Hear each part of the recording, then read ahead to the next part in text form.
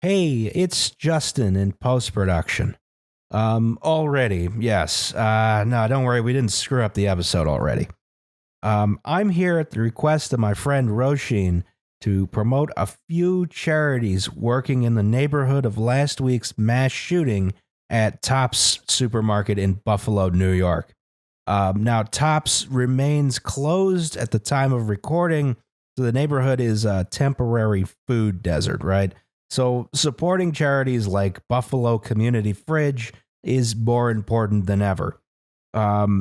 There's a Venmo link for them in the description, but of course, if you live in the area, you can donate food directly as well. There's also a link tree to a few Black-run charities operating in that same area of Buffalo, also in the description. All right, time to get on with the podcast. It's a podcast. It's a podcast. We couldn't do the one that I wanted to do in time because all of the sources were in French, which is not a real language. Yeah, no. Grow up. Français. No, ridiculous. So we're very sorry. We're doing this instead. Are there animations on these slides? Oh yes, there are. Oh shit! Fantastic. Okay, this is a whole new frontier has opened up for us. We finally after 100 and something episodes figured out that we're using a visual medium. Yes, and there's opportunities for visual comedy. Hello and welcome to Well, There's Your Problem. It's a podcast about engineering disasters with slides. I'm Justin Rosniak. I'm the person talking right now. My pronouns are he and him. Okay, go. I am Alice Caldwell Kelly. I'm the person who is talking now. My pronouns are she and her. Yay, Liam? Fuck. We had to replace Liam Anderson has been killed. Yeah. I'm afraid. Just taken off the board. Compromised to a permanent end and replaced with an actual Philadelphian. Someone who has the accent. So we're going to have lots of opportunities to talk about water and related things. Yes. But my name's Tom. You might know me from 10,000 Losses or not. And my pronouns are he, him. Just filling in temporarily while Liam is in an undisclosed location. As I told Hawaii. Yeah. Oh shit!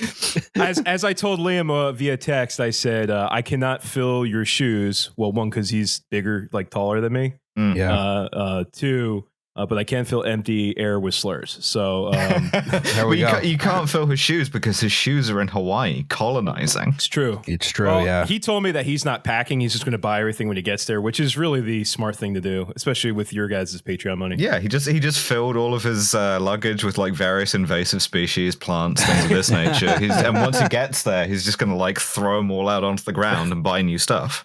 Exactly. You open the suitcase and it's just squirrels. There's just tons of uncured meats. Even worse, cats. Just loads of cats. Cats, yeah. Bunch of like uninspected fruit and vegetables. Yeah. Maybe like some Asian carp. Zebra mussels. Yeah. Shit, you guys better watch your hands to handle a nose. You might get cut. Yeah, just like as they're just pulling out a bag of mussels. Yeah. Oh yeah. You should click so the animation can start. Oh, it appeared. There you go. All right.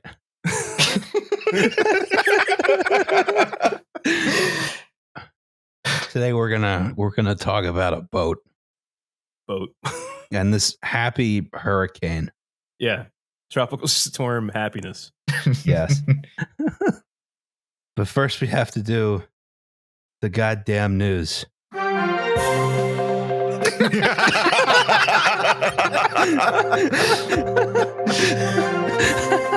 right, I'm gonna turn you all to prop comics for your next live show. Smashing a big boat model with a sledgehammer on stage. Our first item of news. It happened. It happened. The thing happened. The electoral map we made for Jeb became true. Pennsylvania elected the Big Sheets guy as the nominee for Democratic senator from Pennsylvania. Move over, Twinks. It is big guy season. Yeah.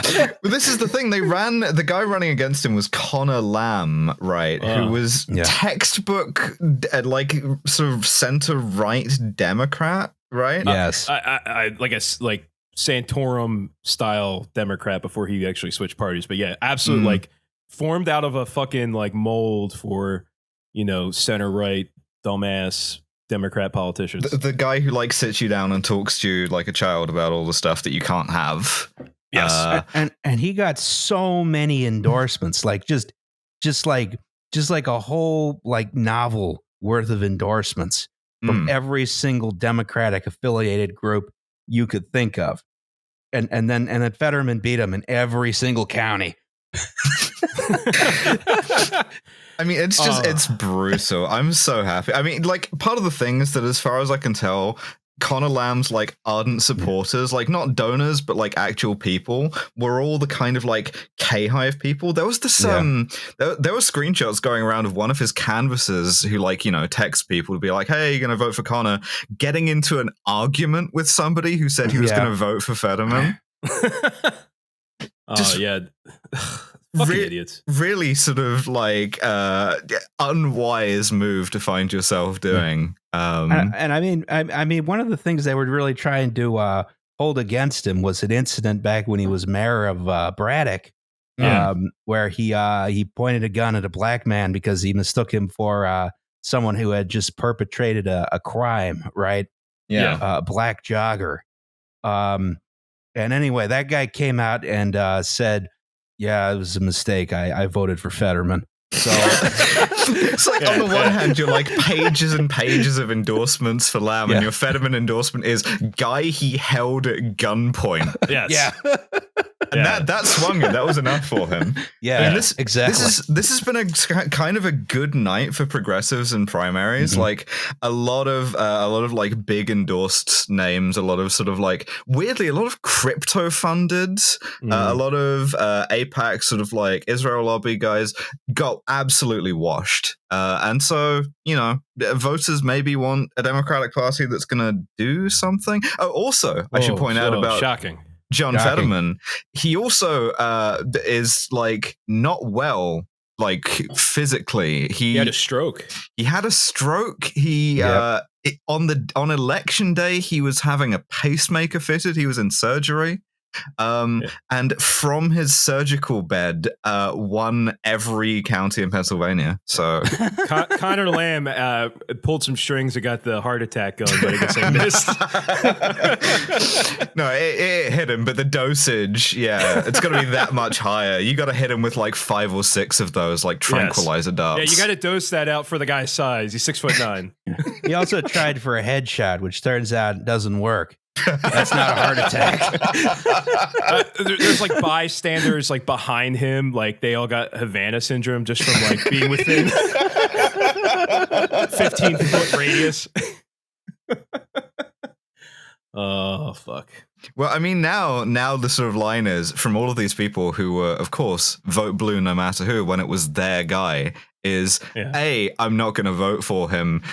B, congratulations, you just lost the general. You're going to lose to a Republican now. So we shall see. To Dr. Oz, I just fucking know. I don't. How the fuck is that guy? I never even thought he had been to fucking Pennsylvania before. Like, what the fuck? I loved the attack ad on Dr. Oz that was like, socialist. While such and such a candidate who's running against him served our country, Dr. Oz served in the Turkish army. I'm just like, fuck yes, get his ass. Well, while we were defending the Kurds and upholding the principles of democratic centralism, Dr. Oz was imprisoning Abdullah Öcalan.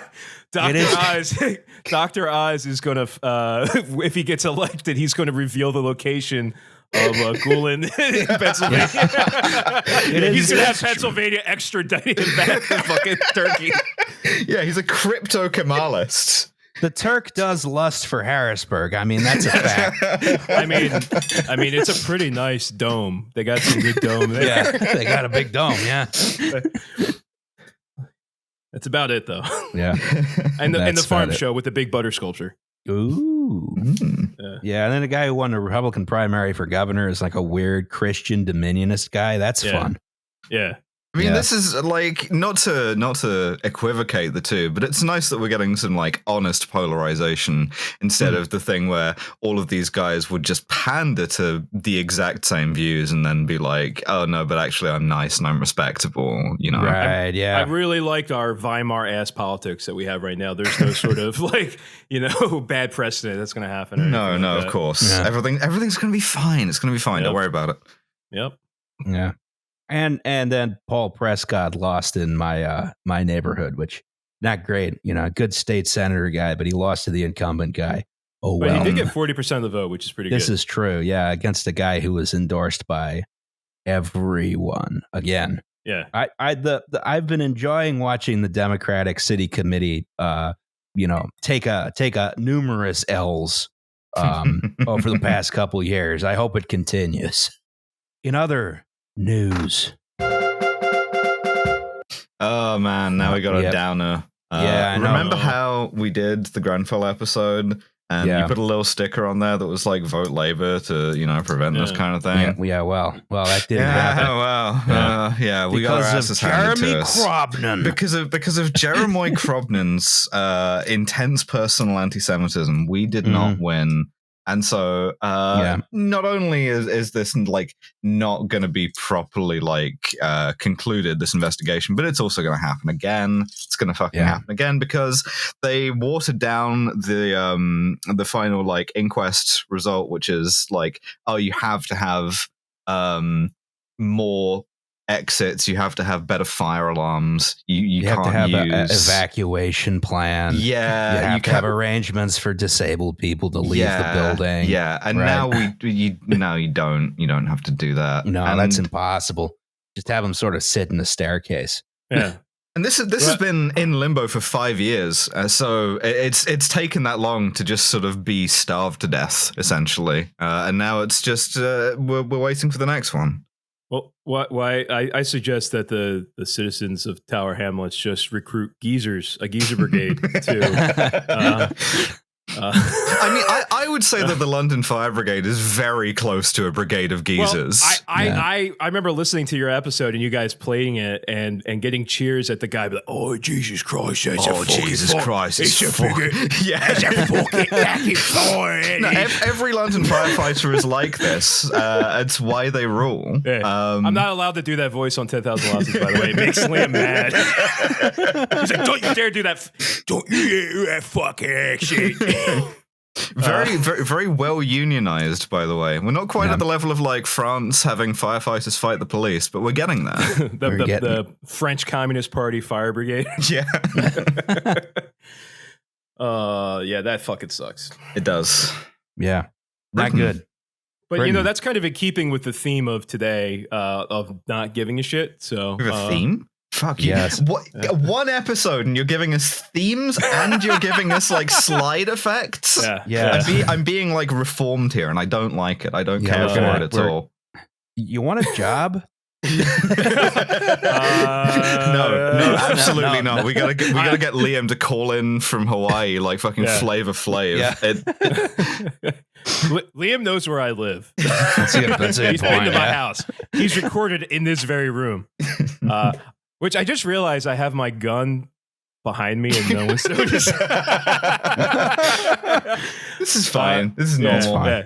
There was supposed to be a bit there like about me like, oh, showing you my gun, but all right, never mind. Yeah, you just prepped for if the Federman news had gone the other direction. It's fine. Well, in case Liam doesn't get on the flight and he's like, I'm not fucking losing this Patreon money.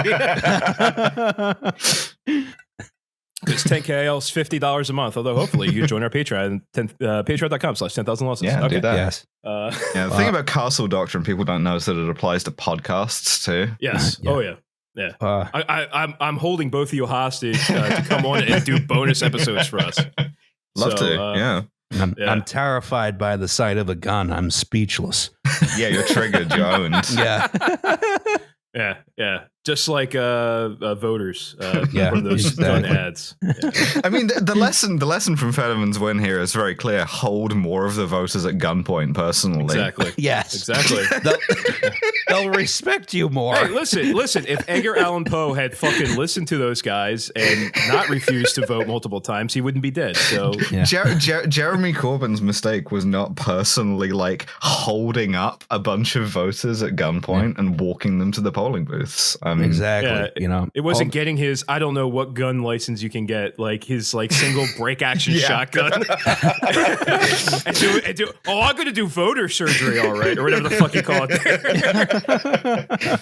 Surgery, one round of double hot buck at a time. That's my Jeremy Corbyn. Yeah, that's what he sounds like. Yeah. Well, that was the goddamn news. So Tom has provided for us a curriculum today. Oh God, do we have learning outcomes? oh yes. Well, we got to do this. We have to do the Pennsylvania Department of Education standards first. So we're going to I had to make sure this was in a kid-friendly font. I hate that it's in Comic Sans too. I love putting these in my slides for my students because none of them understand any of this shit. I don't think I do. I have a fucking certification and master's degree. You don't feel happy in evaluating the role groups and individuals played in the social, political, cultural, and economic development throughout world history? Evaluate the role groups individuals from Pennsylvania played in the social, political, cultural, and economic development of the U.S. and the world. And Roz, why didn't you read the last one there? Since evaluate the interpretation of historical events and sources, considering the use of fact versus opinion. Oh, we're going to be blurring that line. And cause and effect relationships. Oh yeah, I can't talk fact versus opinion anymore. I'm not allowed to teach critical race theory. So. No. Well, I think I don't know. Are we? I don't know that racism contributed to this accident. I mean, maybe it did. Here's the thing, right? It's a structure, therefore structural racism. It's obvious, right? And there's a superstructure and a base. Yeah, and ships have superstructures as well. What if the boat sank because it had too many fucking genders? What if the boat decided that you wanted to go by him? What if the boat actually identified as a shipwreck? Huh? What if that? Yeah. Welcome to Right Wing. Well, there's your problem. Yeah. It's the exact same like idea, but the jokes are a lot worse. And it's just engineering. To the next slide. Well, let's see how the animation works out this time. That it's not the whole podcast. There we go. Oh God. Okay. What are we doing here? All right. So here's our learning outcome. Make sure click again though. Just to, yeah. That's us. We're learning.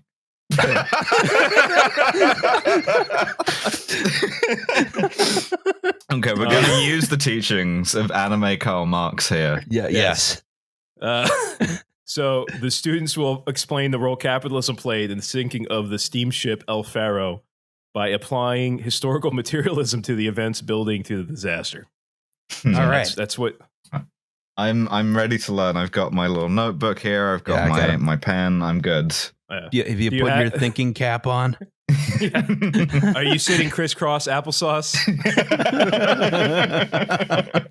getting mad that I can't say blank style. I haven't said any actionable threats yet, so you should probably bleep it. So, yeah. Native American style. First Nation style. Indigenous doing First a American style acknowledgement. Yes. Yeah. Because no one in Europe ever fucking sat like that.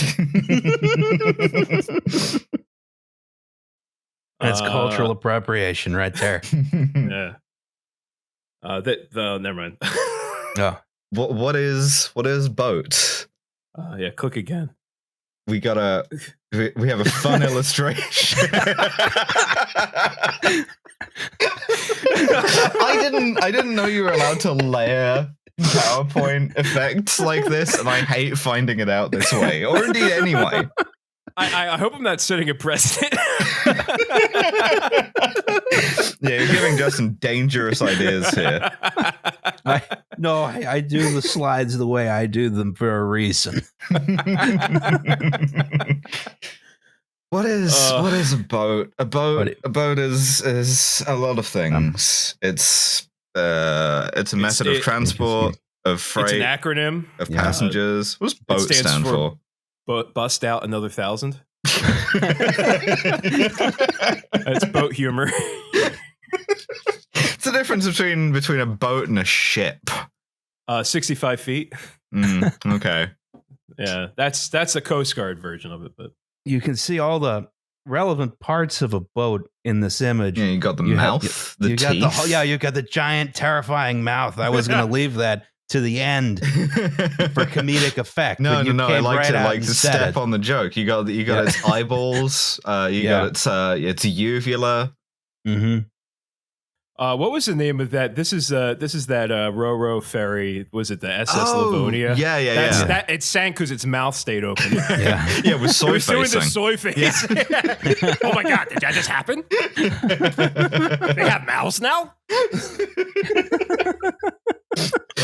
But a submarine is a boat, so answer me that. Yeah. Well, the Polish submarines can't keep their mouths shut. That's what they say. Coincidentally, there were 5 Poles aboard the boat, but we'll get to that. Yeah. So what is boat? Boat is a vessel that traverses the water, and this is technically a ship, but boat sounds funnier. For sure. Yeah. Why is it a steamship? It's like fucking are they throwing coal into bunkers on this thing? No, worse, bunker fuel. Yeah. Oh Jesus. Okay. Why isn't it an oil ship? Why isn't it the OS of El Faro? Because it runs on steam. Yeah. Okay. Yeah. And if if it's driven directly, it's like MV. Well, it's the Schutzstaffel El Faro, the Ukrainian Schutzstaffel El Faro division, the little known Ukrainian brigade. Listen, they're just big fans of like Eastern spirituality. All right. Yeah. Well, the SS El Faro, that was like the Alexandrian Egyptian division of the SS. That's those those pictures of those hunky boat guys that were the Egyptian police. What? Yeah, that was them. I don't have a big mental Rolodex of like hunky boat guys. No. There was a couple like a year or two ago. There was like Egyptian guys who were like oiled up, like just hunks. That's all was this in the military parade? Yeah, it was. Okay, well, yeah. So I remember this. An Egyptian man lives in my basement, and he told me, consensually. Yes. I'm not a landlord. I built him a pyramid down here. There, he loves it. Valley. There's a sarcophagus and everything. So I asked him. I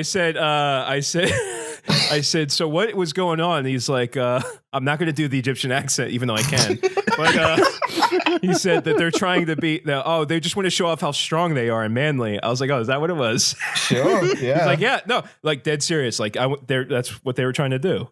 This is the same man. I walked home, or not walked home. I came home from work, walked in the door, and I heard like Chopin's funeral march. And I'm like, hey, what are you watching down there? And it was Sadat's wife's funeral, and he's just there. And he's just watching it, like no commentary or anything. It was like yeah.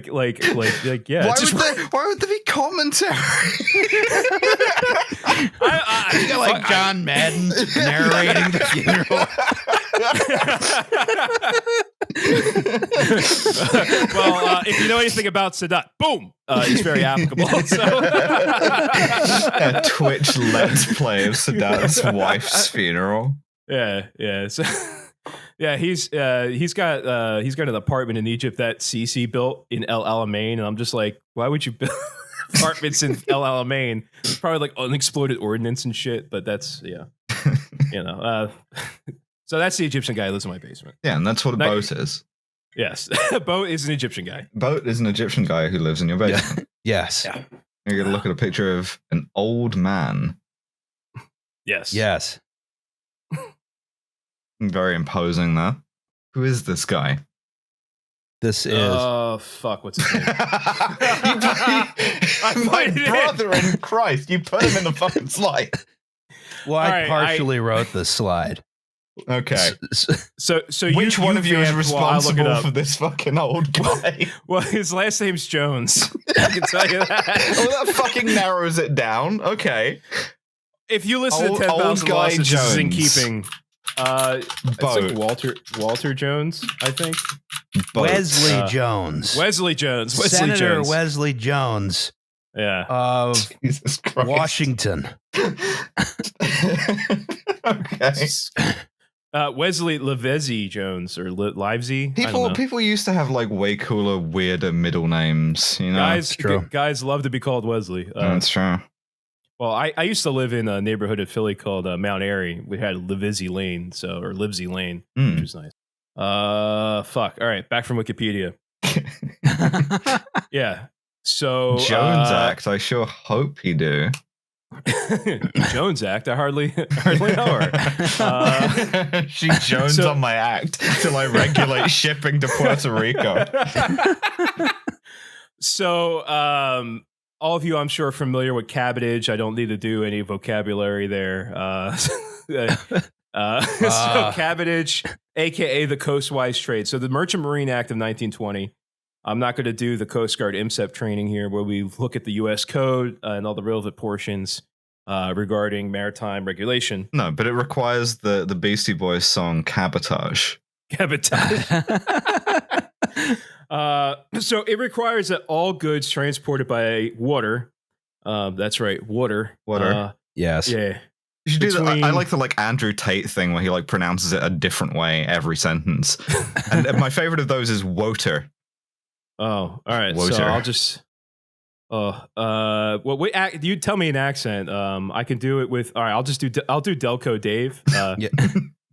It requires that all goods transported by water between U.S. ports be carried on ships that have been constructed in the United States and fly U.S. flag, are owned by U.S. citizens, and are crewed by U.S. citizens and U.S. permanent residents. So, your classic protectionism thing.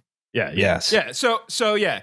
U.S. flagships have to have U.S. flagged or trade between the United States. Like if you're trading bananas from the Port of Wilmington to the Port of Philadelphia, you have to have American merchant marines doing that, who happen to be union.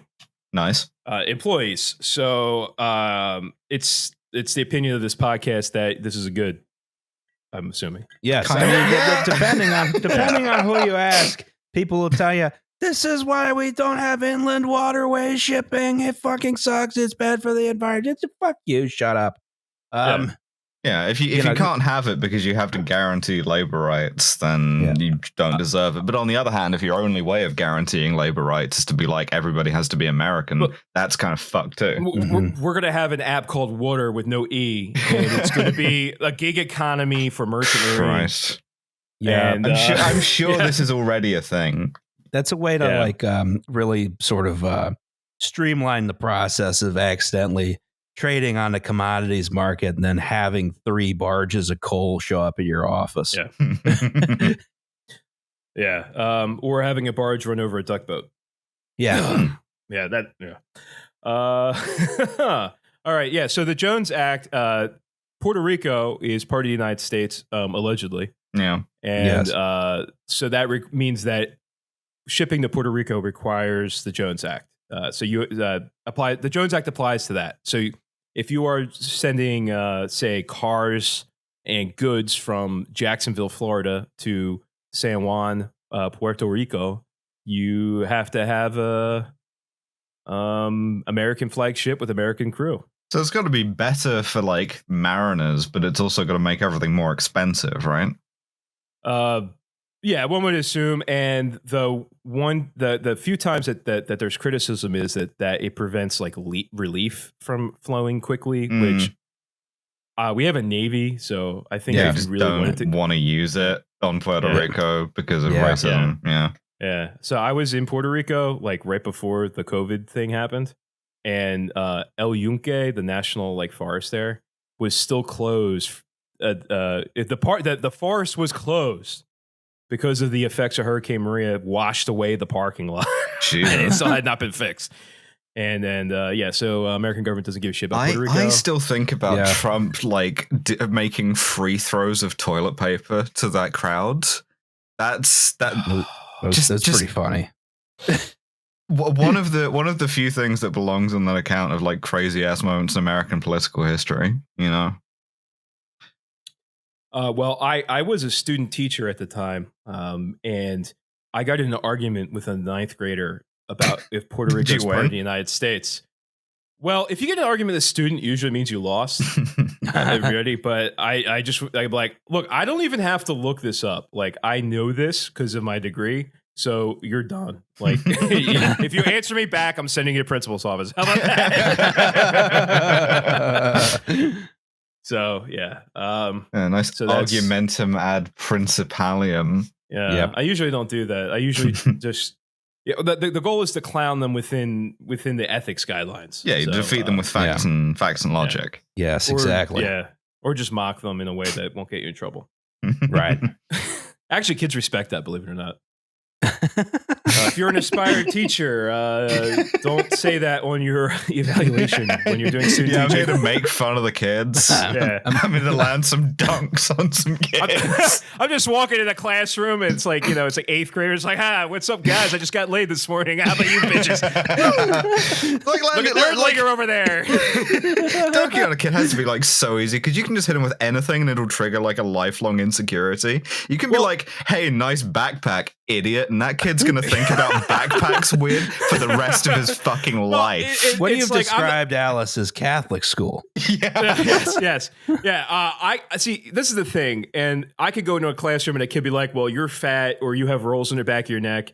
And I'd be like, well, listen, bud, at the end of the day, I'm the one who controlled the grade book. So you can fail. I'm going to go home. I'm going to get paid. And then also I'm going to fuck my wife. And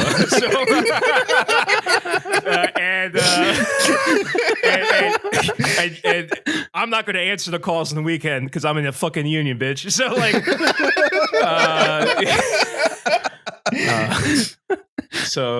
at least for now, unless Mastriano becomes fucking governor, probably won't be in the union. So I'll be moving to England or something. Yeah. Just don't tell them at the interview that you want to dunk on the kids. Yeah. Well, I would figure that British schools would like that. So if like I applied to like some sort of public school in England, they'd be like, is, it's not that it would get you like weeded out. It's that it would be uncompetitive because British kids are too easy to make fun of. Yeah. Also, like, isn't that like what are the kids that get to bully the other kids called? Prefects. Prefects. Yeah. That's their job. Yeah. You I would delegate make fun of the that. prefect. So Yeah. You keep the prefects in line. Who prefects the prefects? Oh, what is this? Is this Harry Potter? Oh, you sad? Man, one time I was coming home from school, I had these big round glasses and I was cold, so I wore a big scarf. Someone called me Harry Potter and it's lived in my head for like 2 decades since. So yeah, no, you'd make a killing over here. Yeah, see, the 13 years of Catholic school I went through have just made me hardened and immune to insult, but I also hate myself. So that's the other part. There you go. It works. Yes. Okay. I've gone to the next slide. God, it looks like shit. I know all boats look like shit as soon as they've been in the water for like 5 minutes, but it really looks like shit. Except on the Great Lakes. Yeah, because that's freshwater. You don't get the everything rusts or the fucking like bilge and whatever. Edmund Fitzgerald looks really nice too. Nothing. So this is the SSL Faro, but it wasn't built as that, right? No, they change names like once every 6 months for legal tax reasons and shit, right? Exactly. This was built at Sun Shipbuilding and Dry Dock, which is now the location of Harrah's Casino and Racetrack in Chester, Pennsylvania. Go Union. Yeah. Dupe. Man, all of our shipyards aren't anything now. Like they're just wasteland, which is not great. Well, I mean, I wouldn't count the shipyards at Belfast as yours. No, I'm talking about Glasgow specifically. Which we do have one of yours in Philadelphia, the Moshulu. But As you featured guys have in been The riding. Godfather Part 2. Yeah. The Sun Shipbuilding and Dry Dock Company was a subsidiary of the Sun Oil Company. Huh. Yeah. And they built ships for which to transport oil. But and they also built the Glomar Explorer, which is the one that Project Azorian. Yeah, the one the CIA wanted to use to steal that Russian submarine. Some real silly shit. Cannot confirm or deny that information. Sorry, the underwater exploration ship that Howard Hughes bankrolled for reasons that we can't get into. Harvesting manganese. Yeah. The best of elements. Where do you think your manganese comes from? You know, you consume all of this manganese. You never think to give any thanks to the divers who go down there and pry it off of the seafloor. So it was built as the SS Puerto Rico in 1975 for Navieras de Puerto Rico Steamship Company. Oh, good job. Yeah, it was 701 feet long, 94 feet in beam. That's how wide it is, and a 42-foot draft. That's how deep it is. I believe when it was built, it was mostly a break bulk ship. Right. That's my understanding. You put stuff on like crates and pallets, and then you take it apart and then pull it off with big hooks. Yeah, and about a third of it disappears on the dock. Everybody's walking around like new leather jackets. Yeah, that's how you create good union jobs. That's right. It's true. Yeah. You don't even have to pay them that much because they make it up in larceny. Yeah. That's my favorite fun fact of World War II is that like the guys this is totally like tangentially related, but it makes sense in my brain. Like how the guys who the army stevedores, I guess, got all the good cigarettes. And so the guys had to smoke, I guess, the tobacco equivalent of mids in the Ardennes while they were getting shelled. Those cigarettes never left the dock. They're still back in New York. We got to do a Port Chicago explosion at some point. That's going to be an interesting time talking about World War II break bulk cargoes. So this ship was purchased by Tote Maritime in 1993. It was renamed the Northern Lights, and it served the Anchorage to Tacoma route, Washington. And something to keep in mind too is that the captain of this boat had cut his teeth on this ship in Alaska, so he kind of knew the vessel a bit because of that. That'll do it. But in like a very different climate to Puerto Rico and not know it in the biblical way. Yeah, he fucked every inch of this ship. He fucked this boat. Yeah. I mean, he did. Spoiler alert. So around the same time, it was lengthened by 90 feet. They put a section in the middle. Ship extension surgery. They used it to send supplies over to Iraq in Gulf War II. Yeah, a bunch of those like bootleg Bart Simpson t-shirts. They sent Nate's Connex box over there. Yeah, all of Nate's shit from Gulf War II isn't still on a dock in like Sharjah or wherever because of this boat. Yeah, his collection of Backstreet Boys CDs and his Sony Discman. Yeah. It was refitted in 2005 to carry containers and vehicles and trailers. Now. Oh, yeah. Okay. Mm-hmm. So the containers are on the deck. The truck trailers are in the bottom. Technically, it was a ro-ro ship at this point. Oh, okay. From the stern, right? Because there's no bow doors. I think they come in through the side, actually. It comes in through the side. Weird. And that will be of critical importance. That's fucking weird. That's a weird arrangement. That's a weird way of doing that. That's one way of putting it, yes. No ships of this class exist anymore for a reason. Huh. And then, Tom, you put in the stuff about the major refit here. All right, yeah. So they refitted it in 2005, like you said. They assigned it to the Jacksonville, Puerto Rico route, and they renamed it the SS El Faro, which means the lighthouse. So it was a major refit done through something called the alternative compliance program. So when you refit a ship, you're supposed to have it like reapproved by the Coast Guard, but the Coast Guard has a nice public-private partpartnership called the alternative loophole program. Yes, called the regulatory capture program, where this alternative compliance program. Fine.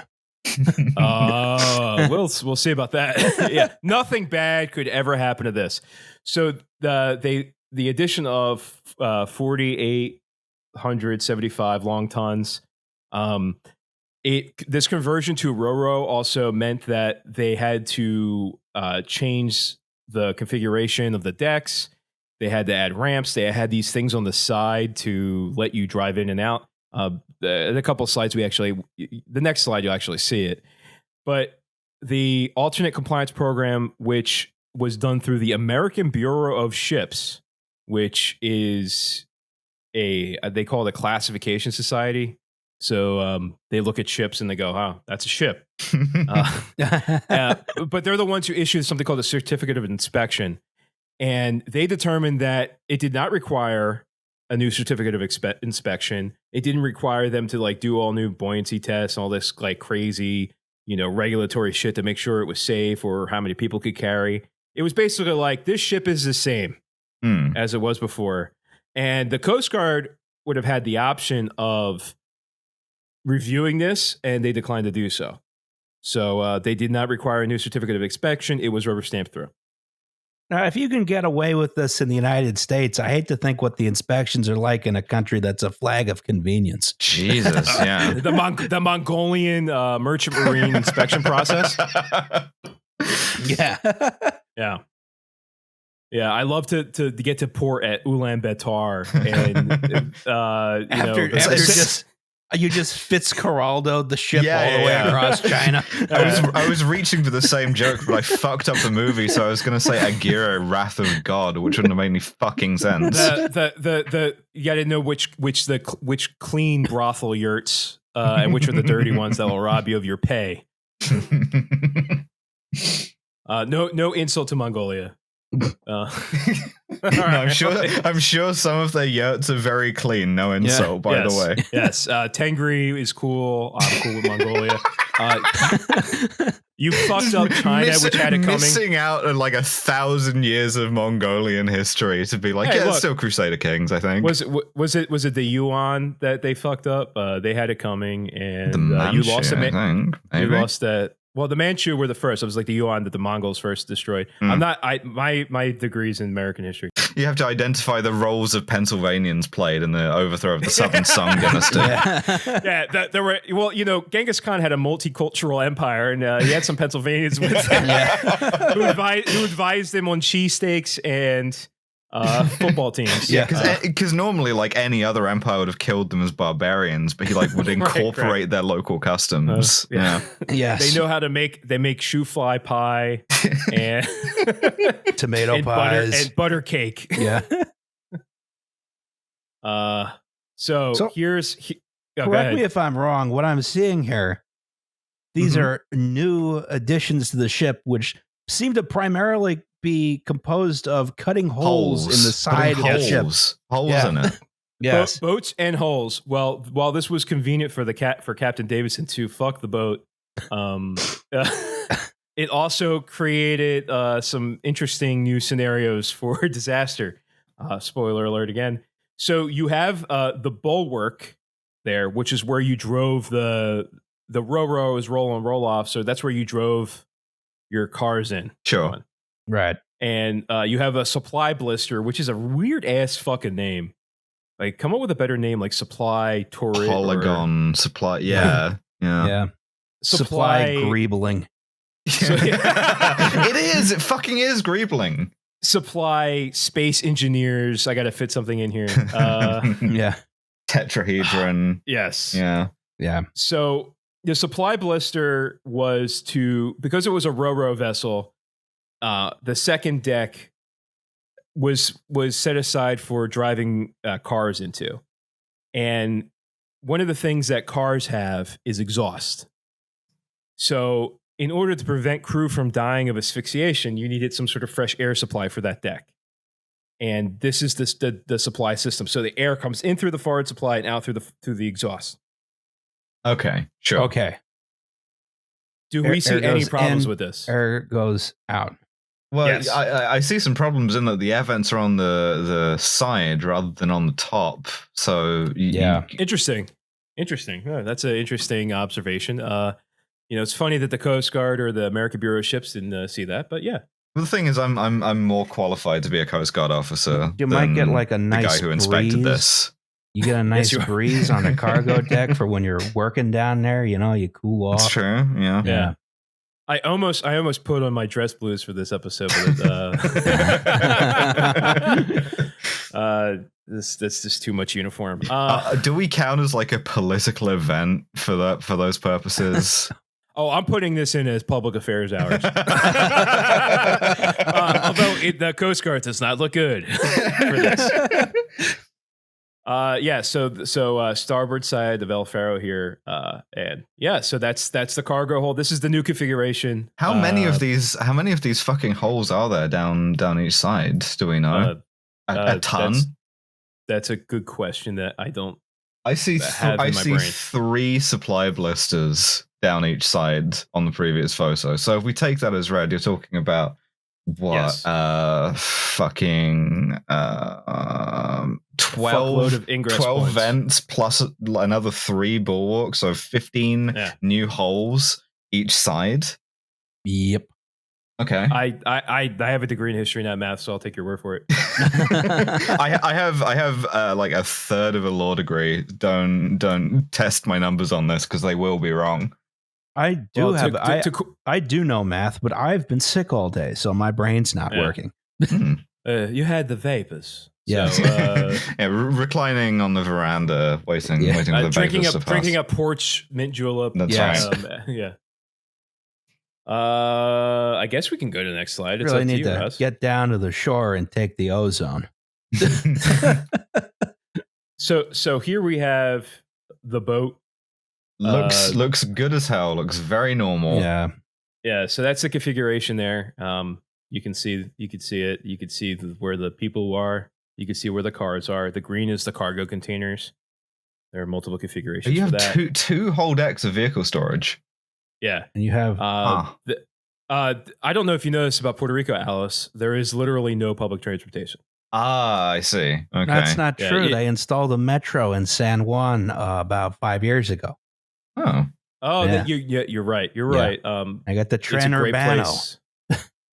It's a great place to get robbed. So, but other than that, you gotta have a car. So this is 3 decks. So this is all going to be like individual cars rather than like tractor trailers or whatever.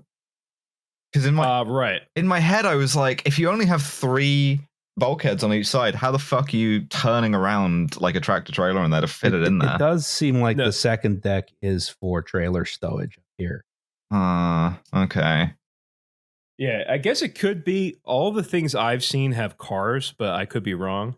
I believe this one also carried tractor trailers. It would make sense because, Puerto Rico being the United States means they have all the same tractor trailer regulations. So this would be one of the few cases where it makes sense to transport tractor trailers like that.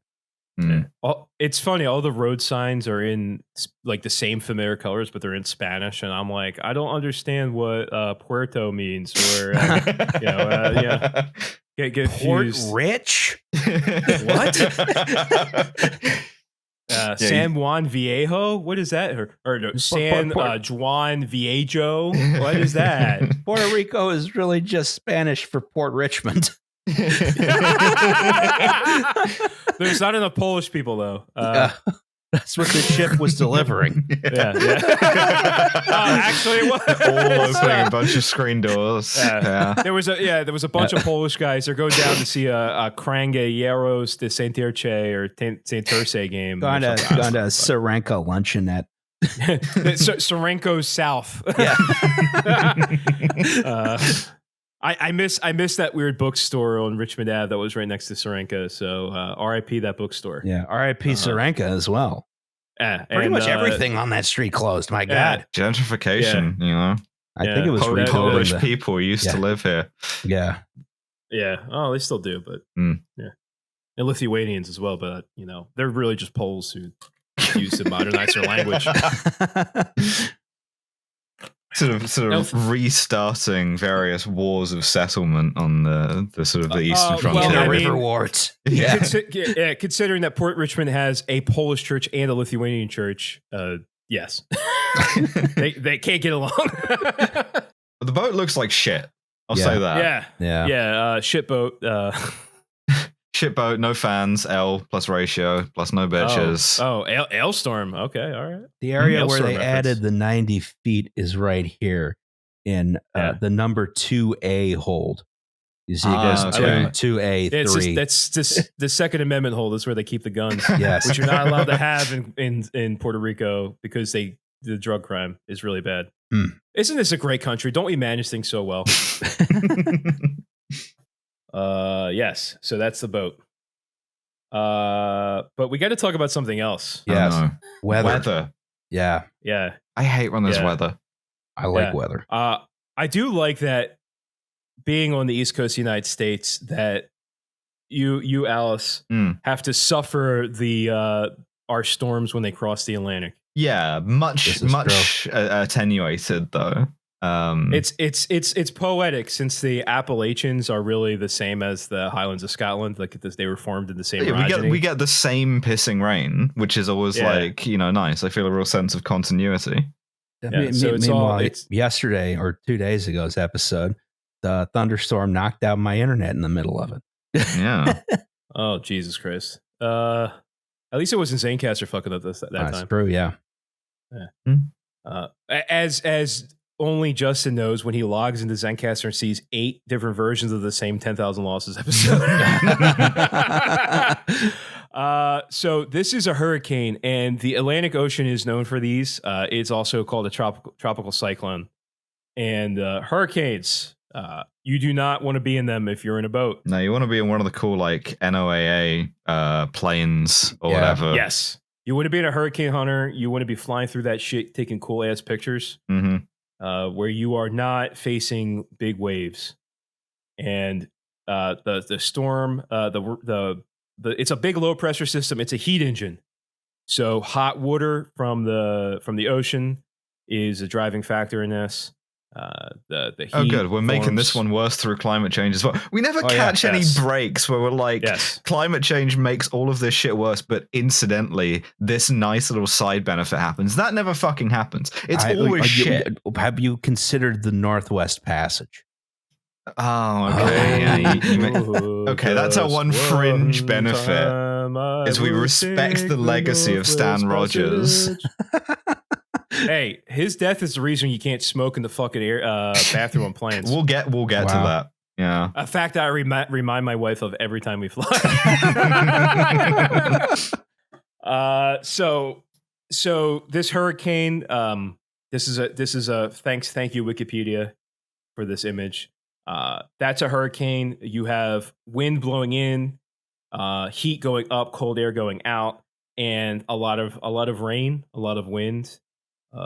Generally a bad time. It is known for large waves, high winds, and killing stupid people. It's like unpredictable waves too, right? Like you get waves from like weird directions and shit too, huh? Yeah, it fucks with the swell. So if like your swell is like going one direction and the hurricane's going counter, there's different parts of like a tropical storm too. So it's like the northeast quadrant is like the most dangerous because you have the direction, the winds blowing in, like it's just like all sorts of like crazy shit. And hurricane is just cultural appropriation from a native word. It's a tropical cyclone, the same that you have in any other part of the world. Except for the South Atlantic, although that's changing because of climate change as well. Yay. So there's no reason why we would have hurricanes involved with this podcast today. No reason whatsoever. Okay, cool. Right. Yeah. That was just me adding something for fun. Yeah, okay. We had a sort of a deceitful slide. All right, so it's just cars. Those are cars. Just some cars, yeah. Someone in Vieques or wherever needs their new BMW. It's got to get there. Yeah. Gotta get a nice car to drive to Luquillo and go to the actually genuinely nice beach there. I like how they've put the tape on to stop you from like scratching up any of the most vulnerable bits. Like you open a door and it hits another door or whatever.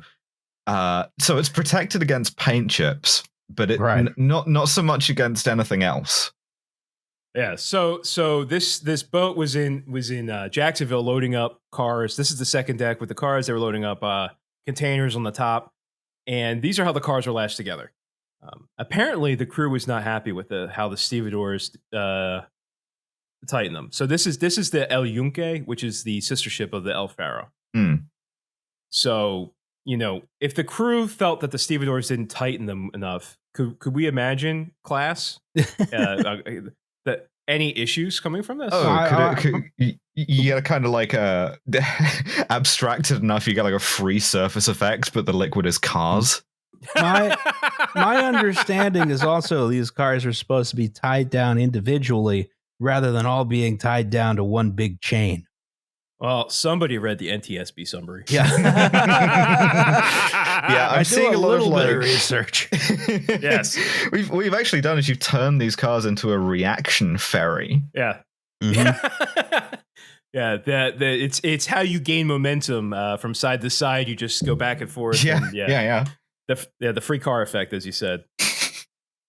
So as we said, the ship was getting loaded up in the beautiful city of Jacksonville, Florida. Go I guess. Jaguars? I guess. Yeah, I guess. They cut Nick Foles, so fuck them. I was just lucky to guess the right animal, Yeah.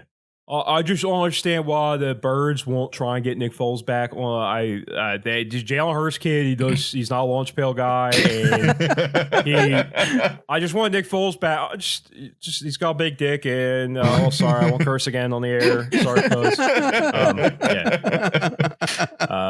That's for the 10,000 the 10,000 losses listeners who starved of content. Yes.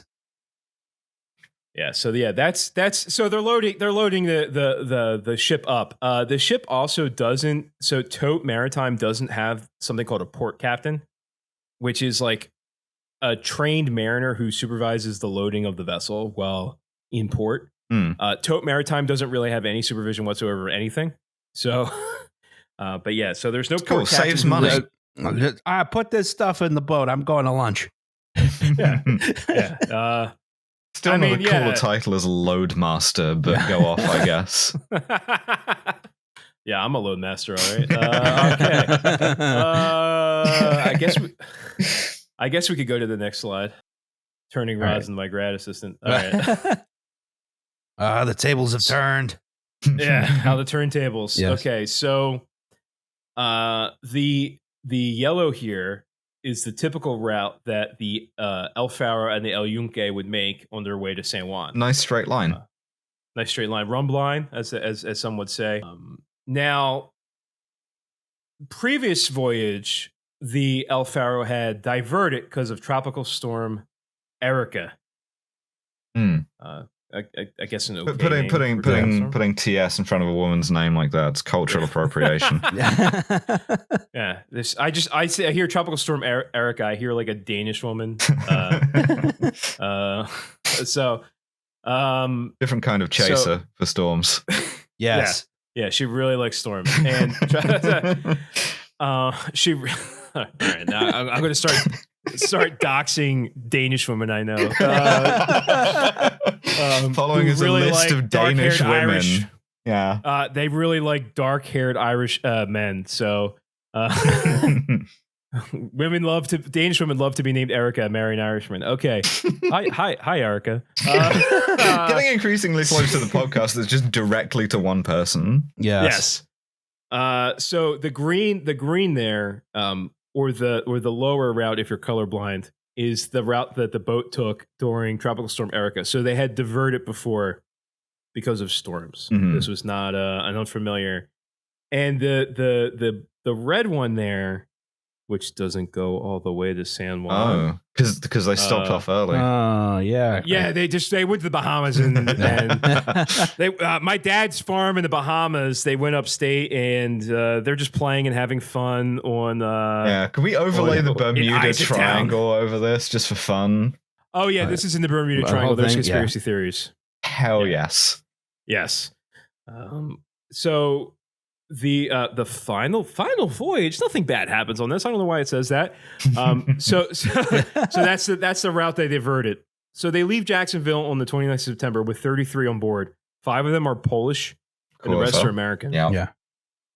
The 5 Poles were there. They were reconfiguring this boat to go back up to Alaska, and so they were coming on board to do that. They the company Tote was putting together 2 LNG boats to replace the El Yunque and the El Faro and return these vessels to Alaskan service. But they leave Jacksonville on the 29th and they have cargo and cars for Puerto Rico. What year is this? 2000 and God, you can edit. No, just leave all of this in. Leave it all in. The El Faro, not the Elf Arrow. No, the 2015. Spanish thank you. Egyptian monarch. Yes. What if a Spanish guy was Egyptian? Yo. All right. So watching the Telemundo version of Sadat's wife's funeral. Yes. Un sabado gigante. I don't have El Mujer del Sadat. My Spanish is really bad. El Mujer de Sadat e muerte. I'm going to go into no me gusta. No me gusta. I'm going to go into town here. Sto triste porque el Marita de Sadat is whatever dead is in Italian, muerto or something. Oh no, mi dispiace. All right. We're going to get to the slide where I correct all of Roz's pronunciation on the Costa Concordia episode. Yep. I have a list. Yeah. Where the fuck is this? All right. Jesus Christ. I have a tab open that I can't. Jesus fucking Christ. This is the same shit that happens on 10,000 Losses. I'm blaming Liam. 10,000 problems. Yeah 10,000. I got 10,000 problems, but podcast ain't one. I don't know. Yeah, sure. The podcast doesn't seem like it currently is a problem. Yeah, it might be. Yeah. We recorded this on a day's notice, by the way. Yeah. This is true. Yeah. Which I wasn't even sure if you were serious, Roz. I thought you were fucking with me. I'm like, all right. And then you DM'd me. I was like, okay, I guess this is it. Yeah. So what are we trying to do? We're trying to do this podcast. We are, the slides are loading. Okay, here we go. Okay. All right. So the El Faro leaves Jacksonville on the 29th of September, as we mentioned. And there is a tropical storm churning out in the Atlantic. Yeah, and I see it goes off of the typical golden route here. Yeah. So it leaves it. It does not sail the straight road into Valinor, into the Undying Lands. No, I mean, I guess it kind of does in a way, in a more profound way. Mm-hmm. Yeah. So they cast off. One of the things that the El Faro also had was a broken anemometer, a wind vane. The wind vane wasn't working right. Okay. Right. How the fuck does a wind vane not work right? Well, yeah, it's just like a thing that is shaped like a chicken. You put on top of the boat, right? Which is one of the Polish guys tried to cook the chicken, and now the anemometer's fucked. Yeah, there was a cargo container full of roosters for Puerto Rico, because if you know anything about Puerto Rico, they fucking love roosters. I grew up in a cargo container full of knives, incidentally, there also. It's not related. Don't ask any questions. I grew up in a part of Philly that has a lot of Puerto Rican people living there, and they fucking love roosters. So shouts out to Freddie and Tony's at Second Allegheny. Their food is amazing. Anyway. So the boat leaves. The captain was aware of the weather and and they kind of had an idea. We're gonna stay south of the storm. It's gonna stay out to sea. So let's go and talk about some weather. Yeah, because it doesn't go like south in the to the green route, because that would have taken too fucking long, right? No, it would have taken too long, and capitalism demands efficiency in all aspects. So, yeah, the guy in Vieques needs his BMW. Yeah, exactly. The people in Ponce need things to ward off the ghosts. That place is haunted as shit. And roosters and knives and things of this nature. Yeah, this is humanitarian mission. Yeah, it's humanitarian aid. Baseball aside, famous pitcher Satchel Paige pitched one game in Ponce and then saw a ghost in the outfield and was like, "Fuck it, I'm never going to Puerto Rico again." All right, so yeah, it's the Brujeria city, the witch city. But anyway, back to this. I'm imagining the YouTube comments like, "Oh my god, the sky won't stop diverting into sparks. I'm here for the engineering. I'm wearing a blue Oxford shirt buttoned up with a pocket protector. Yeah, I'm sitting here in the Boeing factory. I just want to learn about engineering disasters. I'm really upset." Well, I mean, if you're sitting there in the Boeing factory and you want to learn about engineering disasters, you could ask your manager. Yeah, I was about just look out the window. Yeah, go down to the shop floor. Yeah. Go check out the V-22s. All right, so this is a screenshot of something called Bon Voyage Systems, and this sounds cheery. Yeah. Oh yeah, very cheery. And this is a private weather company. So I'm going to let you guys on in a secret. The National Weather Service, which is the division of the National Oceanographic and Atmospheric Administration, NOAA, does all the weather in this country, and every product like AccuWeather or the app on your iPhone is derived from the shit that NOAA does. Yeah, of course. Yes. Right. And famously, the guy who founded AccuWeather keeps trying to make it illegal for the National Weather Service to give weather forecasts for free. I was going to say that he even though his product relies entirely on their product. Right. Yeah, but it's like TurboTax for weather, you know? It's true, yeah. Yes, yeah. So just as TurboTax makes you fucks up your return, so does AccuWeather fuck up your forecast. And so Bon Voyage software, it looks pretty. It's like a graphical depiction of the weather. If you've ever read a weather service forecast discussion, it's very heavy on the terminology. Don't you have to like learn all of that shit before they let you drive a boat, though? Oh yes, in fact they do. Good, that's good. So, I when we were in the group chat, I said there's a kind of old man, there's a kind of guy promoted to his level of incompetence who looks bewildered and confused when you question something that he has decided, and you have to wait for his brain to reboot. I don't know if anyone knows what the fuck I'm talking about, but I'm literally imagining a person I know's face. You can say Justin. It's fine. I think I'm older than Justin. I was gonna say Liam. Liam was gonna say me. No, hold on, my brain's rebooting. I mean, I was gonna name some Coast Guard names, but I don't want to fuck anybody over. And there's some coasties to listen to this. So. Just pick a different service. Name some like army names, you know? Yeah. Oh fuck! I don't fucking the army. Fucking General Mattis. Yeah. I don't know. He's Marines. Got his ass. Yep. Yeah. Fucking rack him. All right. Shotgun sound effect.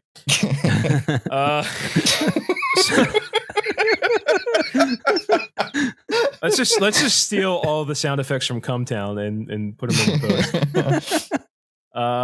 We're canceled. And so get Captain the David Stavros soundboard in here. Yeah. Yeah. Hell yeah. All right. Nice. Yeah. All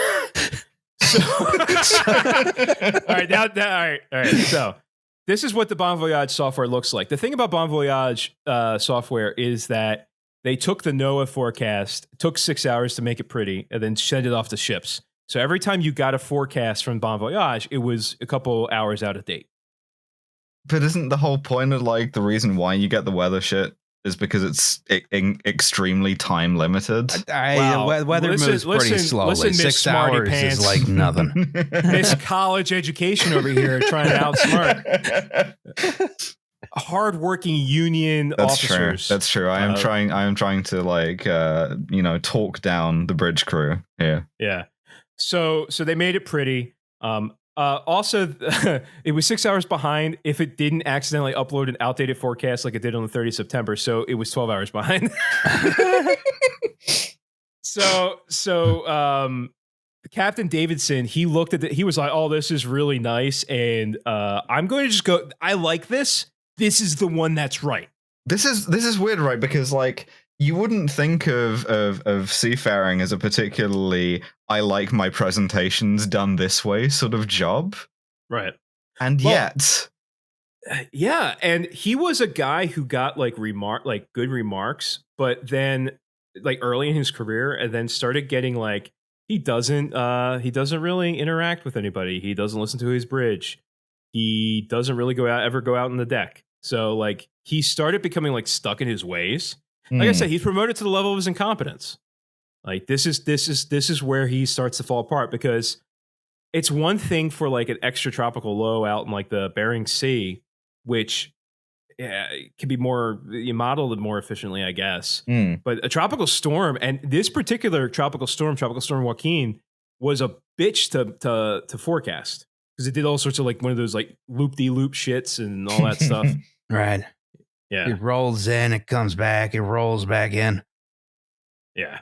It literally crossed its own track on its way up towards Ireland. That is really annoying. Yeah. So I guess we could do the next slide. All right. So he's working off this one thing that's 12 hours behind because it's pretty. And this is the up-to-date one. So this is what a NOAA forecast looks like on a SAT-C terminal, which is a computer terminal on the bridge that comes from satellite communications. So it's got all sorts of lat and longs, all this shit. But you, as a captain, what sort of resources do you have? You got a big map, and you got a pair of compasses and a ruler, and you can draw all of this shit on there, and it look really cool while you're doing it. Or you can ask another person to do it for you. Yeah, like someone underneath you who also has the training. Yeah, you could have someone else do it for you, which would probably take. If you gave me that map, you give me 15 minutes, I could do it. And I'm not even a fucking licensed mariner. Like, it's not hard to plot shit on a chart. Yeah, plus it also looks cool. You get to like lean over the thing and look all like smart. You're in like you have like an air of concentration. You know, you have like a little tiny model of the ship that you push with a big stick. You're doing like different voices from the Hunt for Red October just to yourself. Some things in here don't react well to bullets. I am doing bad Russian accent. I can't do Russian. Yeah, one pang only. If we surrender here, we can buy many blue jeans. The big-breasted American wife. Nico, my cousin. Which, by the way, if you've ever heard somebody on the radio from a not American licensed ship, that's what they all sound like. Getting on channel 16, like, we are here to talk to American mariner Suka Blatt. My Hunt for Red October drops. Big son of a bitch. But so the captain didn't want to look at the SAT-C. There was too many words, too many numbers, and Bon Voyage software had never steered him wrong before.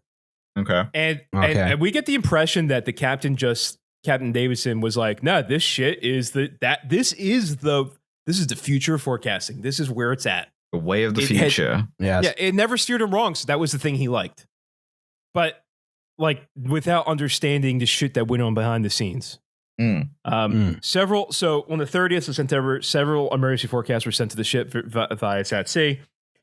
If you read the not NLRB report, the NSTB report, or NTSB the report. NLRB report is like being in a union to do shit for these guys. And they were all union except for the Polacks. Yeah. Bleep that slur. Bleep that. I'm allowed to say it. I'm an A Polish. Yeah. My great-grandma was born in Warsaw. Look. You got a Polish guy on the podcast. I'm not offended. There's a company 5 minutes from the school I went to called Polak Shipping Incorporated. They only have screen doors. Please don't cancel me. All right, so he went to bed on the 30th of September, assured all was well. Sure. Yeah, and all was well. Actually, this is the end of the podcast. So it's good. It's a successful voyage. Yeah. So next slide. Ooh, there's some waves. It doesn't look very good. All right. So my understanding is the boat's supposed to be above the water. Yes, yeah. That's commonly how things go. It's fine so long as it comes back up again, right? So things get shit real quick on this journey.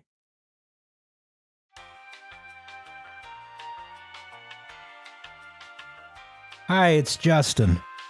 So this is a commercial for the podcast that you're already listening to. People are annoyed by these, so let me get to the point. We have this thing called Patreon, right? The deal is you give us $2 a month, and we give you an extra episode once a month. Sometimes it's a little inconsistent, but it's $2. You get what you pay for.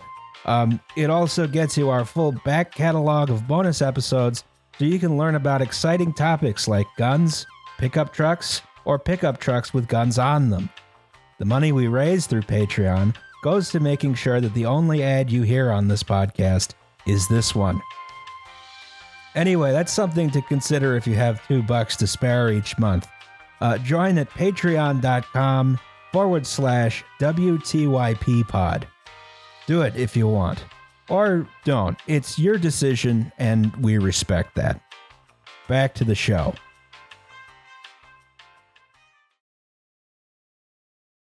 And on so September 30th, that's nighttime.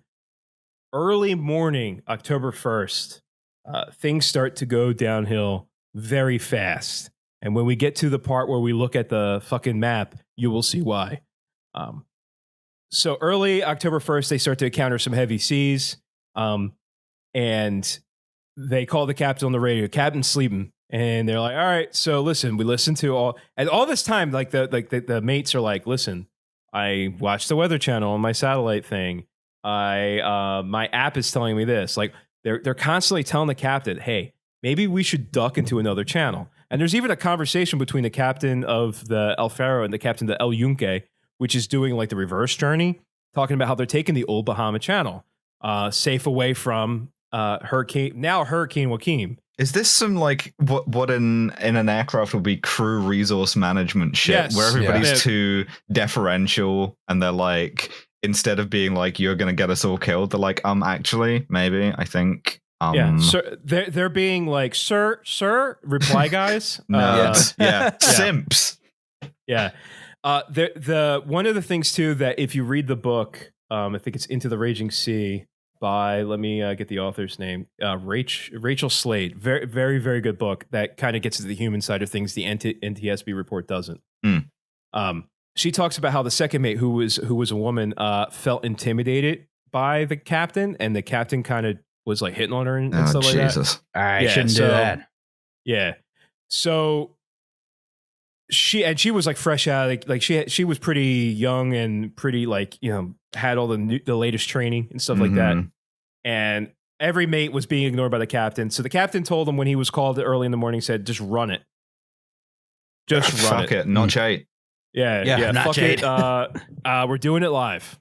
And we're going to be he was convinced because of that Bon Voyage software, which may I remind you was 12 hours behind. And in the meanwhile, was 3 days earlier, right? 2 days earlier. Okay. Yeah. So, which not only was behind, but they made the mistake. They didn't realize that this thing was turning into a full-on fucking hurricane, Category 3, rapidly intensifying hurricane. Went from a tropical storm to a Category 3 in like 2 days. So, and they are literally chugging course into the middle of it. And during this time, the waves start getting higher and higher. It's dark out. They really can't see. The autopilot alarm keeps going off. Like, you're off course, because it's really hard to keep sea when 25-foot waves are, and you have green water over the bow. Can't be pleasant for like your mariners either. Like, no. Even if you're used to it, you're like being thrown around and shit. This is what we call upset stomach territory in the biz. So, tummy ache time. Suffering from a bad case of like I'm gonna fucking die disease because your tummy hurts a little bit. Yeah.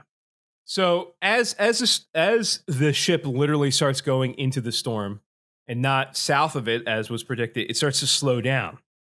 And one of the things is with ships is you can kind of, if you go into waves at an angle of like 15 to 45 degrees, you can sort of keep shit okay. If you're going into the waves, but that requires that you have enough propulsion to make it through the wave. You're not like hitting the crest of the wave and getting pushed back, or going really deep headfirst into the trough. But the ship begins to slow as it faces these really complicated, like fucking sea-keeping fluid dynamic shit. Yes. Oh yeah. Just gotta go fast. Gotta go fast. Yeah. All right. So next slide, I guess. All right, so here, let's take a look at a diagram here. So, free car wash. Yeah, free car wash. So, one of the things that starts to get noticed early in the morning on October 1st is a list. So, there starts to begin to be a starboard list, which is the right side of the boat if you're facing the bow. Mm-hmm. It's tilting. And yeah. So, this happens while the captain's asleep, by the way. When is this motherfucker awake? Oh, he slept like a fucking baby. He had a reputation of being a guy who spent his time on the bridge, and he would tell like, "I'll be available," and he just went to bed. Yeah, he's just a snoozy boy. You know, he's got like a big compass. You have to speak to me in my dreams by way of astral projection. Yes. So we are kind of at midnight ish, and there starts to be some listing going on. There were some scuttles, which is like a valve that allows water to flow that weren't properly dogged or closed. But that's one issue. The other issue is that the second deck, because of those gates that allowed you to drive on, allowed water to ingress onto the second deck. And because this wasn't designed the right way, this is a refit. The water would slosh around. It would have to build up to a certain volume to like drain. Oh, so fuck. So it wouldn't naturally drain below a certain amount. So you have all this free surface effect going on. So it allows the boat to slosh around. The water to slosh around the boat, making the cars wet. And when the cars are slippery, they start moving around. I ask if the cars are creepy or wet. Yeah, my car is very wet right now. A little bit creepy too. Yeah. So let's go to the next slide because some things start to happen. So the list starts to happen. They keep calling to the captain. They're like, "Hey, listen, shit's going on," and we run into an issue here that has something to do with I guess the boat equivalent of deferred maintenance. Okay. Where they're not maintaining anything on this vessel properly. Those vents are that were for the air are rusted through. Right. The oil is consistently low, underfilled, and this is all in the ship's log. So the ship is having more and more in the list, and by 4 a.m., the captain is woken up, and he returns to the bridge. And they're like, "What the fuck are we going to do? We got to figure out what's going on with this list." I see on the right-hand diagram, point C here, where it lists hard enough that an underfilled tank of oil just doesn't like suck anymore. Yes. Yeah, loss of suction. That's where things go from suck to blow. This is fine, right? What do you need oil for? So, yeah, there's no reason. So the captain makes a bunch of decisions. Well, he downloads his favorite software update for Bon Voyage. Mm-hmm. I have to go update my apps. Just like, are you having a Bon Voyage, son? Yeah. and he looks at his Bon Voyage app, which is very out of date. Like he downloads it like a half hour before the next update comes out. So he's way out of date on it.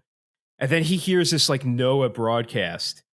And it's like, well, I don't understand it. I'm getting conflicting information because he thinks Bon Voyage is up to date. He thinks that this shit is right.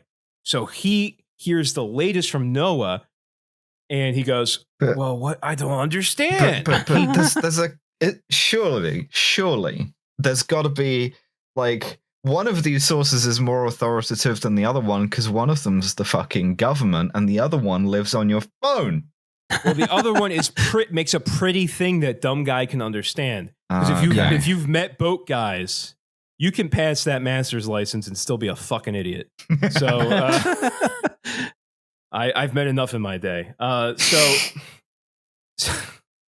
So he thinks that there are conflicting reports. What he just doesn't understand is that he had no training that the BVS software was based on no reports 6 hours prior. He doesn't understand this. Bad case of not reading the terms and conditions. Yeah. Well, also his company provides like no training. So Tote Maritime says the captain is the master of the vessel. They don't have anyone ashore to kind of be like, so a lot of times they'll have companies will have a captain ashore who's available on call whenever something happens. Some guy like a grizzled old motherfucker who's been through everything. The guy who like talks the plane down an airplane kind of job. The Barry Piss of boats. He tells you like he's been through everything and he's there to kind of guide you. He's a guy who's been on board before. He knows what shit's going on. A bit cool job, I think. Yeah. Guy who knows everything. Yeah. Yes. And tells you to keep calm and all that shit. Yeah. He's calling back to Tote Maritime and trying to reach a qualified individual, and he does the mistake of saying we've had an incident. But all right, well, we haven't had the incident yet, so I don't want to get ahead. I was about to say, and you got to think put him on hold. Yeah. Press 1 if you're currently sinking. Press 2 if you're about to sink. And he just got out of bed. He's still wearing like the sleeping cap and the slippers. He's got like a single candle on a little saucer. His sleeping cap has the captain's like oak and acorns, oak leaves and acorns on it. Yeah, sleepy time. Don't talk to me before I had my coffee. Yeah, he's got a big like novelty mug. Yeah. So So by 5 a.m. this is where we have the conflicting reports, happening, and the list is starting to get noticeable. And how do you fix a list? How do you fix a list? Well, they start turning into the wind and pumping water into the port tanks to counteract the starboard list. So they're hoping that the wind will do like what's called wind heel and push the boat up, so that way you're riding a little better. In the waves. All right, let's do next slide. And this isn't an emergency itself yet, right? No, it's not an emergency yet. It's not an emergency yet. But the situation is not good. Mm-hmm. He still has not put 2 and 2 together that, holy shit, I am sailing into the fucking eye wall. He has not put that together yet. I'm just obsessed with the various diagrams. We got 32 inches of lube oils. Right here. Yeah. So you don't want to lose your lube oil. Yeah, you don't want to lose the suction on the lube oil. Yeah. So they figure out that called dry jacking. Yeah. All right, never mind. So they figure out that not all the skulls are closed, and they spend this time just sending able seamen around. To dry jack the scuttles. We need a bunch of guys to run around and panic and do a bunch of shit that doesn't make sense. They're doing a great British pastime. Yeah. They're dogging the scuttles. See that corridor with all those doors on each side? We need you to run in and out of those doors. Hey, we're going to need the 2 of you to carry this one wide plank through a narrow doorway. Hey, yes. Hey, get this bucket. See that? Frame 23 alpha that is in free communication with the sea. There's like sharks and shit floating in there. Yeah, go dog that scuttle. Go secure that. So by the time they figure out that like water was making ingress, so water was allowed to get in the deck too. The scuttles weren't dogged properly, and it was too late. Right, there's already water on board. The cars begin to loosen, and they start moving around and slam into the water pipe for the fire pump. Oh. So now you don't have a fire, is the thing. No, we're not worried about a fire on this disaster. No. If anything, it's like problem. too much not on fire. Yeah. There should be more fire. Yeah. The starboard list begins to get worse, and by 0544, so 5:44 a.m. That's when the boat's doing the wind to starboard, and the wind heel is starting to counteract the list. But something happens. And this is generally considered a bad thing. At 6:14 a.m., the boat loses propulsion and steerage. Oh, well, that's an emergency. Yeah, because of the port list, the underfilled oil vessel, as you can see, loss of suction, it loses lube its oils. suction. Yeah, no more lube oils. So like they were pumping water into the port side tanks to counteract the list. Yes. Now all that water is in that tank. Yes. But in addition, the water on the deck above has shifted to that side as well. Yes, free surface effect. So now they've you have the really opposite fucked up here. problem, but too much. Yeah. Yes. And the port list happens to be the list that the oil tank couldn't handle. Yeah, the one that it doesn't like. Is this fucking written down anywhere? There isn't a manual that tells you? No, there was no fucking manual. There's no... They could not recover a damage control manual from this vessel. So every time something bad happens, they don't know what to do. So they send an able seaman go down into the fucking bowels of the ship, and the engineers are like running around in fucking like chest high water. Like, yeah, we're trying to get the fucking boiler going again, boss. And these engines, these huge engines, they need the lube oils a lot and constantly. Otherwise, they just die, right? They don't do dry jacking very well. The friction shuts off the engine automatically. They still have the turbines for power, so that's how they were able to still hear. Like they're able to talk to each other. The phones still work. All the electronics are still working, but propulsion is gone. Just dead in the water. Yeah, and then soon to be more literally that. Yeah. So next slide. So here we have a comparison. On the left is the course of the El Faro. Oh wow! It really just it was like T-boned by it. Yeah. They literally drove this fucking boat into the fucking center of the storm. That's hard to do. Yes, because it's not that big. It was like 30 nautical mile wind field. So for hurricane strength winds. So if you're out of that, any of these boats could handle tropical storm winds. Like they're like it could handle Alaska. It could handle that. It's hard to sink a boat, right? They want to stay up. Yeah, it's the opposite of a helicopter. Yeah. So all my this God, shit's if they had stayed the original course, they would have missed it.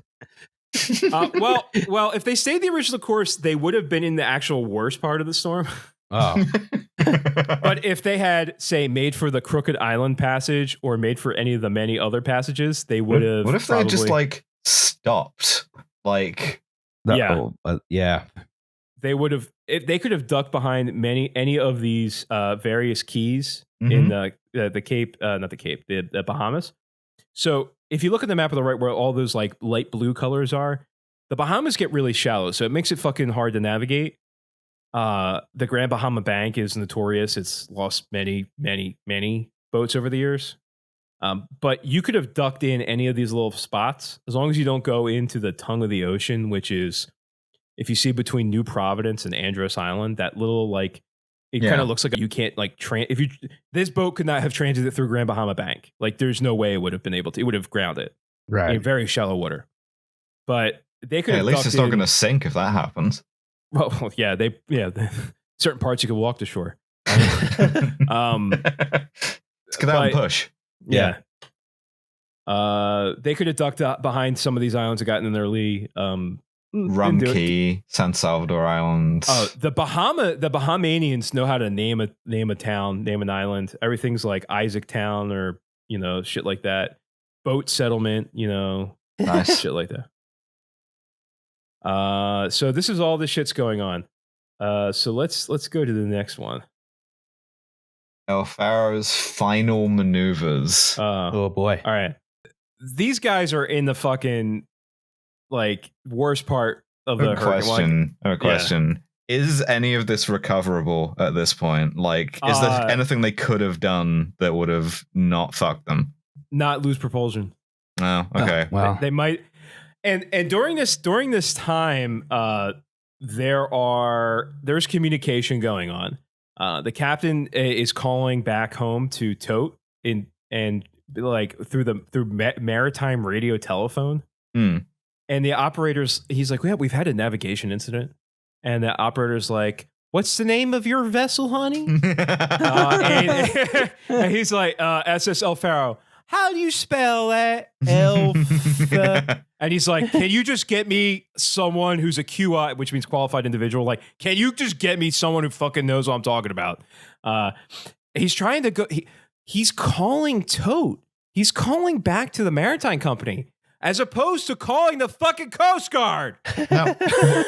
Mayday, this is the SSL Faro. We have lost propulsion in the middle of a fucking hurricane. Here's the thing. Can you send rescue? I have two things. Thing one, in between this and disbelieving the NOAA, this is just a like a libertarian, you know? He just doesn't... He refuses to make a fucking decision. I'm so mad at this captain. He doesn't make a fucking decision. He keeps going. Second thing, yes. So if he had gotten on the radio and gone, Mayday, Mayday, Mayday, this is the SSL Faro, send everything, right? Yes. Aside from giving a bunch of Coast Guard guys their best possible day as they attempt to work out how to do the fucking Lego playset hurricane rescue thing, is there, like, practically, could they have fucking done anything by this point? So they would have called, they would have been like, you know, they would have talked to the command center, right? And the command center guys are going to talk, and then they're going to talk to the boat station, or like they would probably try to like you send a cut, like you ask a cutter to send their shit into the fucking middle of a hurricane, the cutter captain's going to laugh at you. Imagine Shocks. Imagine Shocks' response to this. He would have been like, fuck no. Yeah, I'm not fucking doing that. Not doing that. Yeah. So you know. No, you're not sending your fucking asset into a hurricane. Jesus Christ, don't. This is why we have warnings. We say they sent a fucking. The Hurricane Hunter aircraft that was flying over was like, warning, there's a hurricane. You are in a hurricane area. If you can hear this, get the fuck out. And the captain and the mate, one mate were on record of saying, wow. Oh shit! Yeah, not good. This is the time where you have to like push the captain off the boat, and no one investigates it. This is where crew resource management says you hit him with a pipe captain. Or something. Yeah. You're the look at me. I'm the captain now. Yeah. So we have the port list. The port list shuts the engine off. They secure the scuttle. He goes and downloads his fucking BVS software. He literally does. He downloads it again. In between, 6 o'clock. Maybe I should turn it off and turn it on again. Let me go check if they've updated my Minecraft map. So one last tweet. I'm generating my Dwarf Fortress world. I have it all, and I got to go check my computer. So at 6:09. He downloads the available BVS software file, which was only updated to the NHS advisory as current as of 22:53 the day before, so 10:53 p.m. And then 4 minutes later, he's like, "We just lost a plant when they lose their oil." That's when they're adrift. Wet lube oils. Why does he need the BVS at this point? He could just look out the window and see the fucking eye wall. Yeah. At one point in the full NTSB report, they're like, it is now nautical twilight, which had conditions permitted, they would have been able to see what the fuck was going on outside. But you're in the middle of a fucking hurricane. It must have been like an incredibly fucking terrifying experience. I just imagine the Polish guy's like, shit, Kurva. fuck. Why did I leave Gdansk? Shit, fuck. I should have stayed on the fucking boat. I should have repaired toilets in England. Why am I? I should have driven a truck. I'm thinking of Euro Truck Simulator right now. They're getting one last ETS run in. Yeah. Trying to attach the steering wheel to my desk. It's like sliding back and forth. I would have taken Barry Piss yelling at me for not speaking English over this. So here's the hurricane. Here's your door. Out the fucking boat. So it's a bulkhead. Which allows the free service effect. Yes. So shit. Jesus Christ. These guys. So now they are what they say underway but not making way. That is the classification of this vessel at this time. They are sinners in the hands of an angry god. Yes. Yes, exactly. Underway but not making way. And as you can see on the diagram, the port list, all this shit. Why don't we go to the next slide, because shit's fucked. So we have this more sort of the final arrows. This is enlarged from the detail below. So 613, we lost suction. I just want you to look at this timeline, right? So he had talked to Tote Maritime. Tote Maritime calls the Coast Guard because he said we had a maritime incident, we had a navigation incident. The Coast Guard goes, well, we're not doing rescue operations right now because according to the information that you gave me, we're not in the rescue phase. Yeah, it's not like we're not doing anything because it's not an emergency and there's a hurricane on. We have gotten no mayday. We have experienced a hurricane-involved incident within the confines of our maritime vessel. I mean, I appreciate that by this point it doesn't make a difference. Like, if you had, we would have come and felt bad for you. Yeah, you would have had like a comforting voice on the phone as you died. Yes. Yeah. I remember Did from you my need a priest? my communications class, Coast Guard communications class, they talked about how they prefer female voices on the radio because they're more comforting. I was like, oh, Jesus Christ. Yeah. So yeah. And yeah. Doing voice therapy so I can join the Coast Guard. I'm on the radio trying to comfort this doomed vessel, and the captain's like, who the fuck is this guy?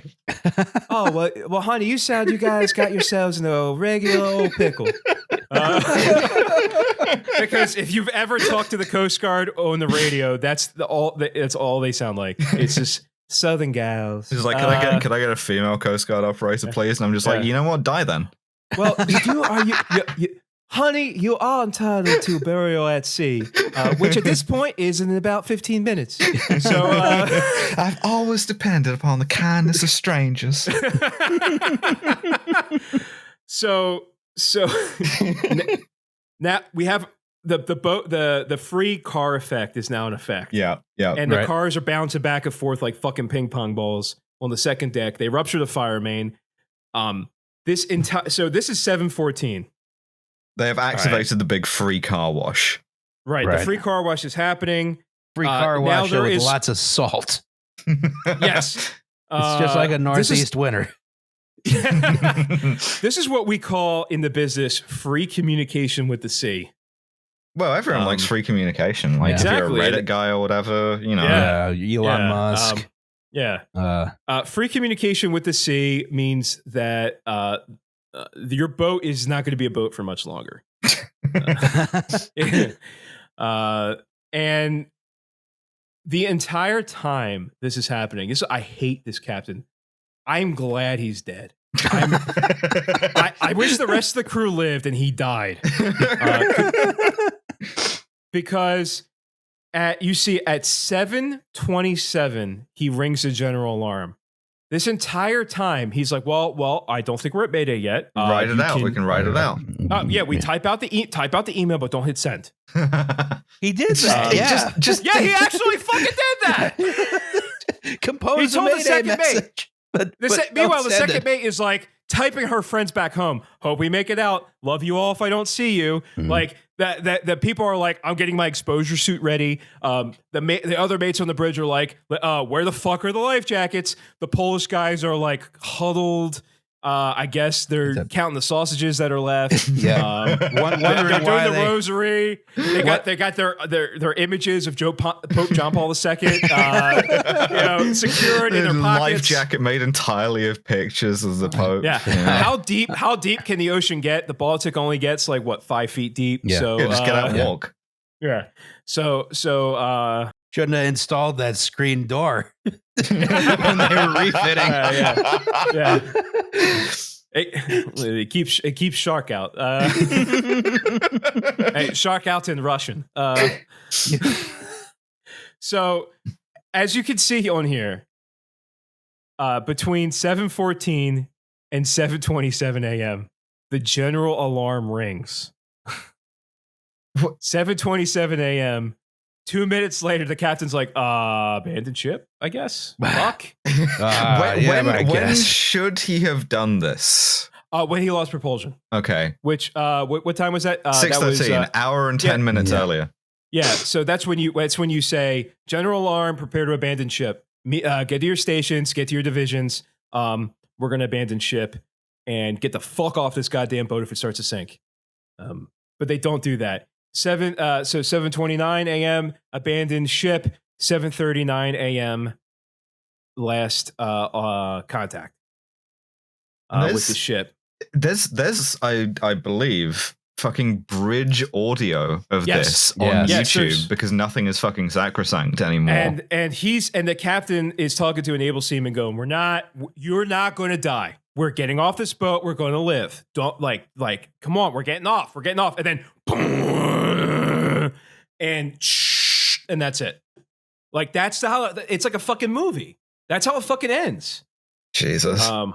That's gone poorly. It has gone poorly. That's when you're filing. Well, they don't use missile anymore in the name of the system. When you're filing your SAL report, the checkbox, things did not go poorly. Things went poorly.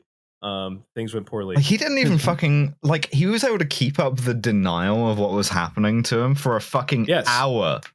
He literally died denying he was dying. Yeah, his last action was to lie to a guy. Yeah, you're not going to die. We're making it out of here.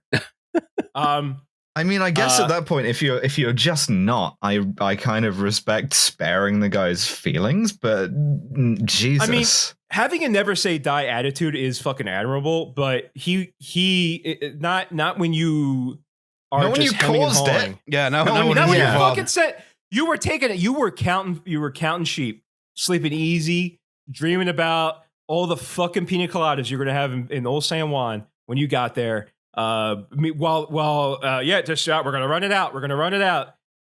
Well, literally every fucking person underneath you is like, hey, shit's fucked, Cap. They're saying it's gonna be a bad one. You said wow. Remember when we said wow together?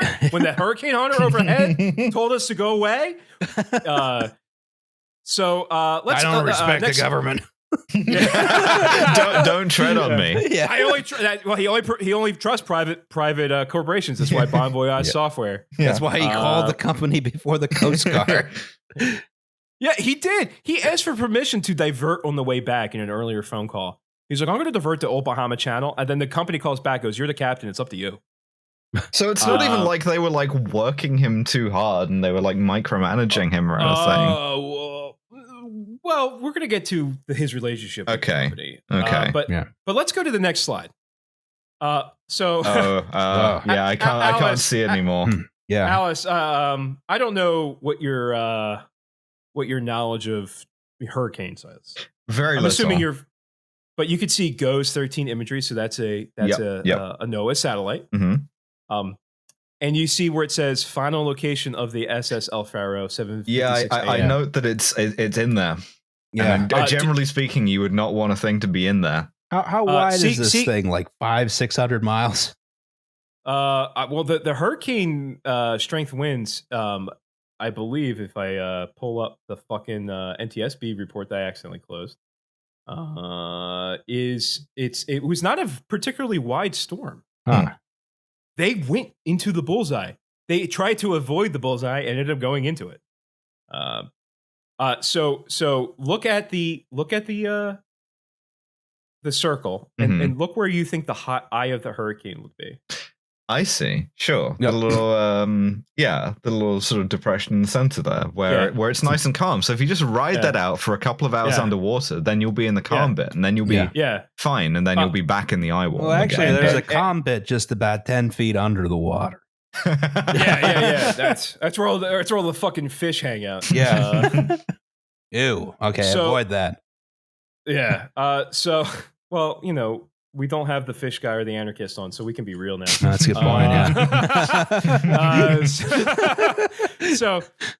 So Liam's going to be like, maybe they should have had like an autonomous collective doing the weather instead. Yeah, exactly. Yeah, government can't tell me what to do. I really want like a don't tread on me sign, but flag with a fucking sinking ship on it. Welcome to the Chaz weather station. And it's just one of those like weather let's rocks. not fucking bring that one up. Yeah. That's that fucking Texas Tower shit. Sea land is that's Well, anyway. What's the worst class? What's the worst part of a hurricane? It's the eye wall. It's a bit outside the eye. Yeah. Oh, so that's where that fucking ship is. Right. You probably don't want to be there. Without propulsion. No. I'd avoid that. If you had to jump overboard in the immersion suit, do you think you'd be okay? Yeah, I just swim out. Yeah, exactly. I just go like 10 centimeters under and hold my breath for a bit. Exactly. Yeah. Wait for it to pass. How about those cool orange lifeboats that slide out the back? Love those. You'd be able to ride out in that kind of lifeboat. Yeah, of course. I got my icon of jump all the second. You're in like this like secure lifeboat thing. It's sealed all ends. Let's take a look at the lifeboat. Next slide. Fuck. It was a Titanic lifeboat. It wasn't one of those cool just orange open ones. tops. Yeah. So note: fouled propeller, bent propeller blade, damaged support, and starboard sides of the hull. I'm amazed they were able to find this. Yeah. They weren't able even to get most of them off. The pictures from underwater show many of them still attached.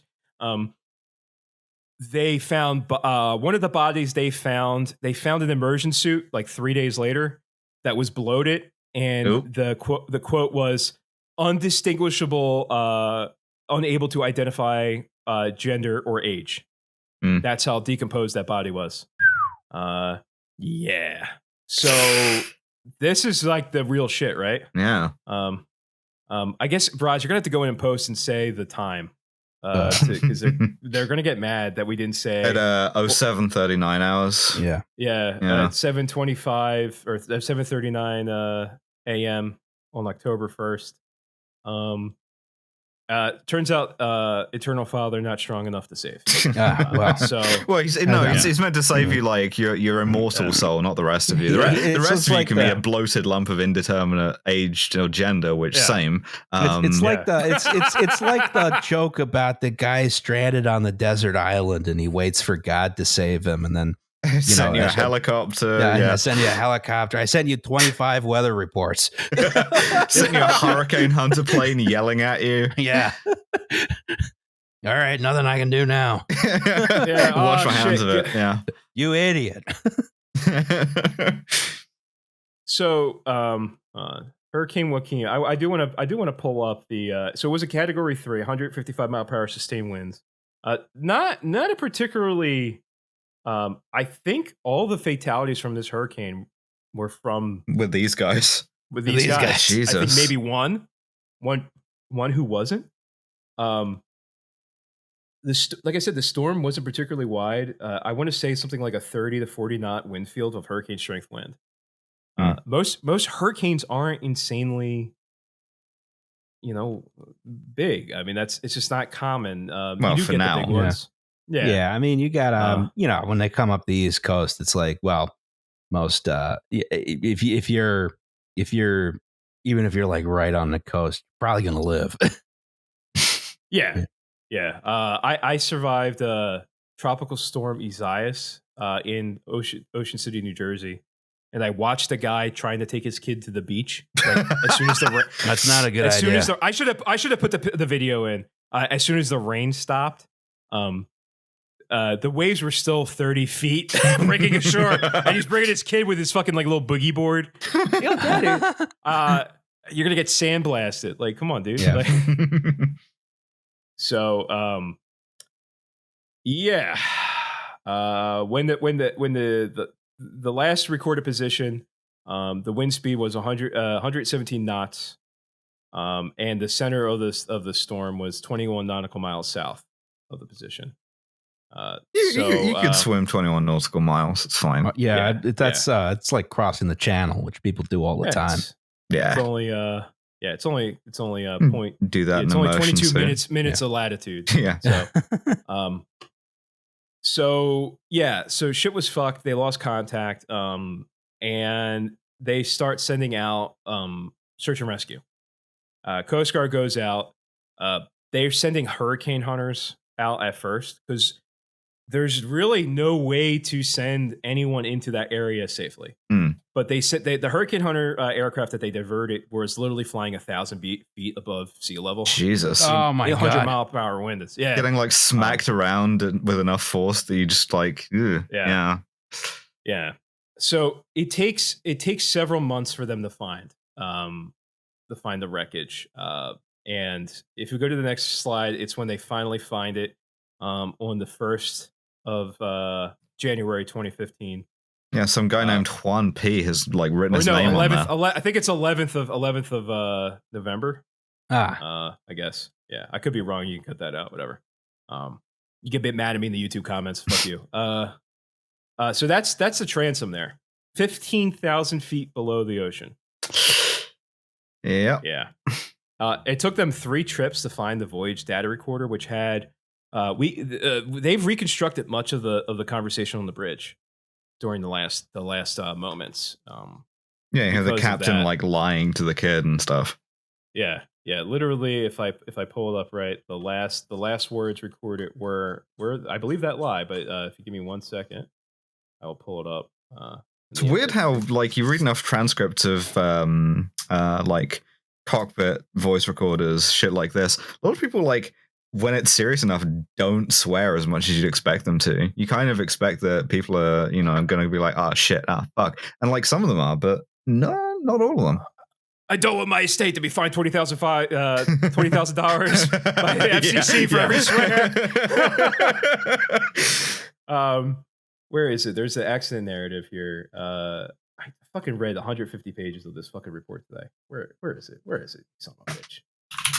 I'm just going to go around you by searching El Faro last words. The captain's AB yelled, "Going down." The captain said, "You're not going down. Come on." The AB said he needed a ladder. The captain told him they didn't have either. The AB said loudly, "I'm gone," or "I'm a goner." The captain yelled, "No, you're not." A low frequency rumble was heard that continued to the end of the recording. The captain yelled the AB's name, then yelled, "It's time to come this way." The recording ended. Oh boy, hate that. Yeah. The understanding is that the port list became so uncontrollable that the vessel began to flood. Oh no, I forgot. This is from a different a different part of the same bridge recorder. Okay, so this is a 0300, right? So this is well before they're even into like danger, but they're in like foul sea, right? They're not in the shit yet. Yeah. 0300 45 seconds sounds similar to clacking or tapping on the steel deck. 0300 47 seconds, second mate, Rutro, spoken in Scooby-Doo voice. Yeah. I mean, and they're in denial. They're like when the captain comes to the bridge, he's like, "This is every day in Alaska. Typical winter day in Alaska." Yeah. You know your Alaskan tropical cyclones. Yeah. This motherfucker. I know exactly how he's standing when he's saying that. I know his fucking thumbs are hooked. I hate this fucking guy. No, this captain, he literally in denial until his last words. And they spend precious time trying to solve the problem instead of just fucking getting ready to abandon ship.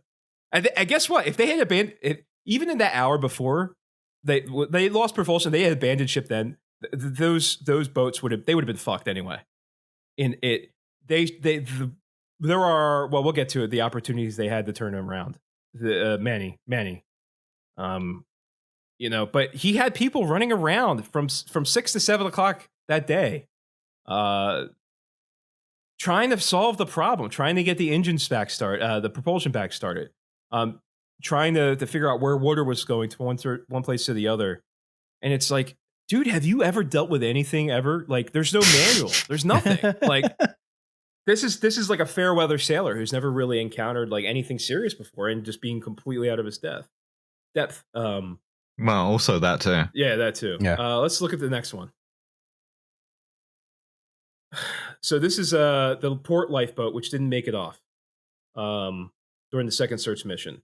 So this is what the port lifeboat looks like. They couldn't get it off the davit. Have we heard that problem before? Yeah, no. I mean, I guess when you only have one woman aboard, it's easier to do the like women and children thing. I like how they say the reflective tape on the gunnels is illuminated. Cool. I guess you have your Solas tape. So, you're fucking. That's. Well, the tape still works. Yeah. That is required to be on your life jacket. You have to have so many square inches of Solas tape. So yeah, good thing that they didn't fuck up there.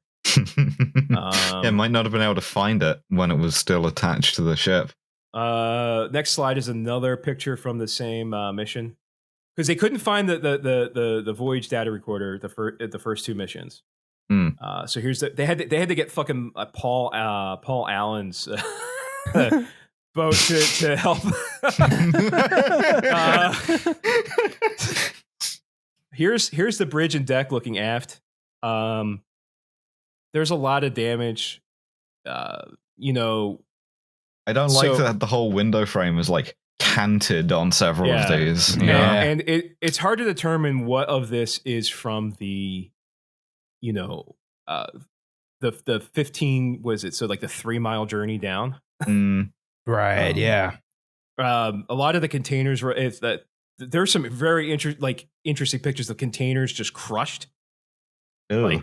Like shitload of roosters just reduced to like a soup-like homogenate. Yeah, we beat the cyclotron. it's called Neptune. Your roosters have been crushed into a cube.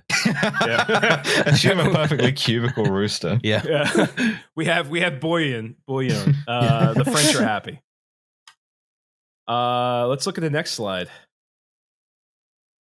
So Jesus, it's like it was hit with a fucking torpedo. Yeah. So there's a couple different. One of the conspiracy theories is there was a rogue wave. The modeling is I don't think in that area the wave would be especially rogue. No. Inside a fucking hurricane. The general consensus is it's like a second shooter on the grassy knoll. The port list got so bad that those vents got flooded, and once those vents got flooded, shit was fucked. But we'll take a look at that slide when we get to it.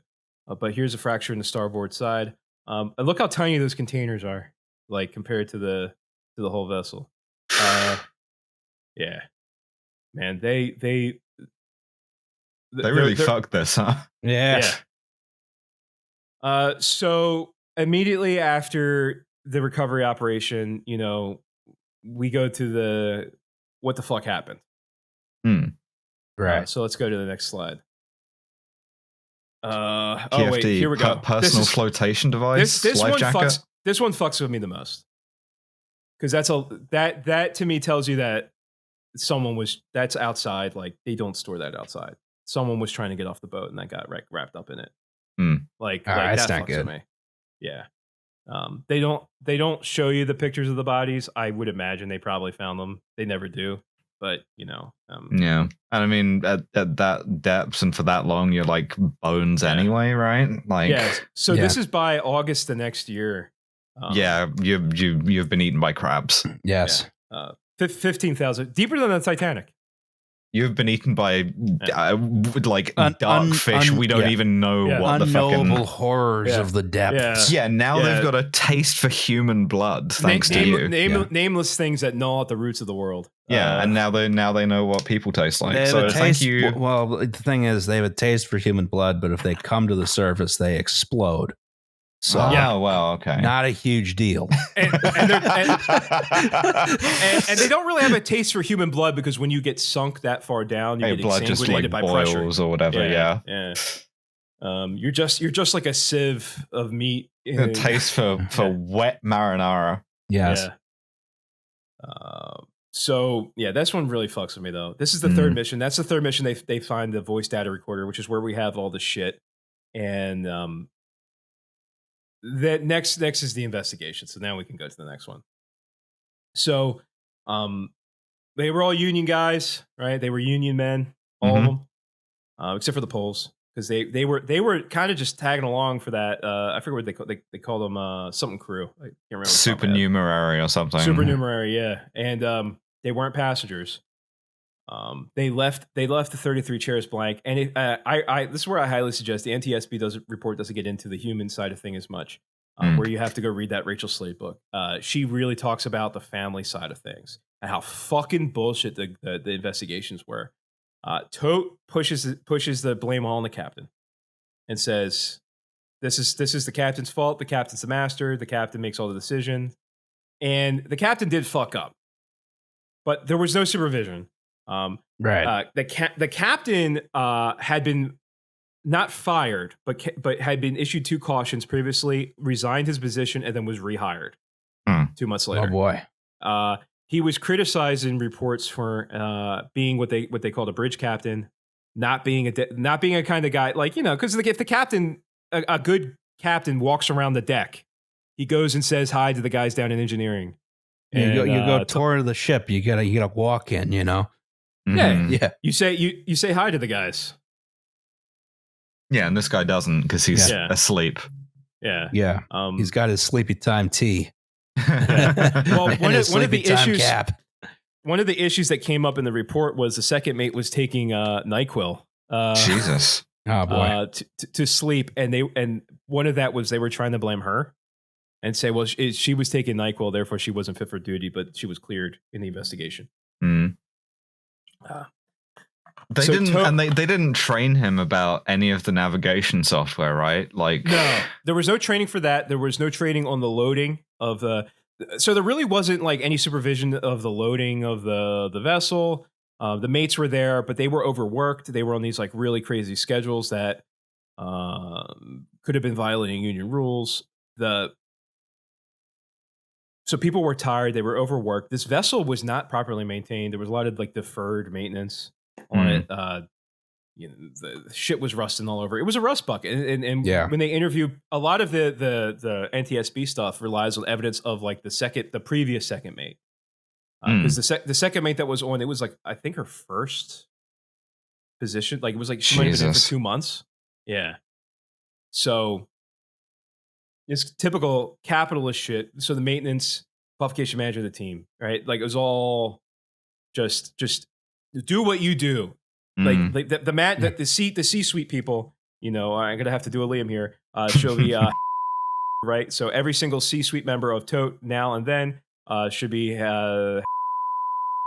You mentioned something about the workload that Tote were putting on them too. What was the sort of expectation in terms of timings and stuff? And they wanted shit to be. They didn't want to divert.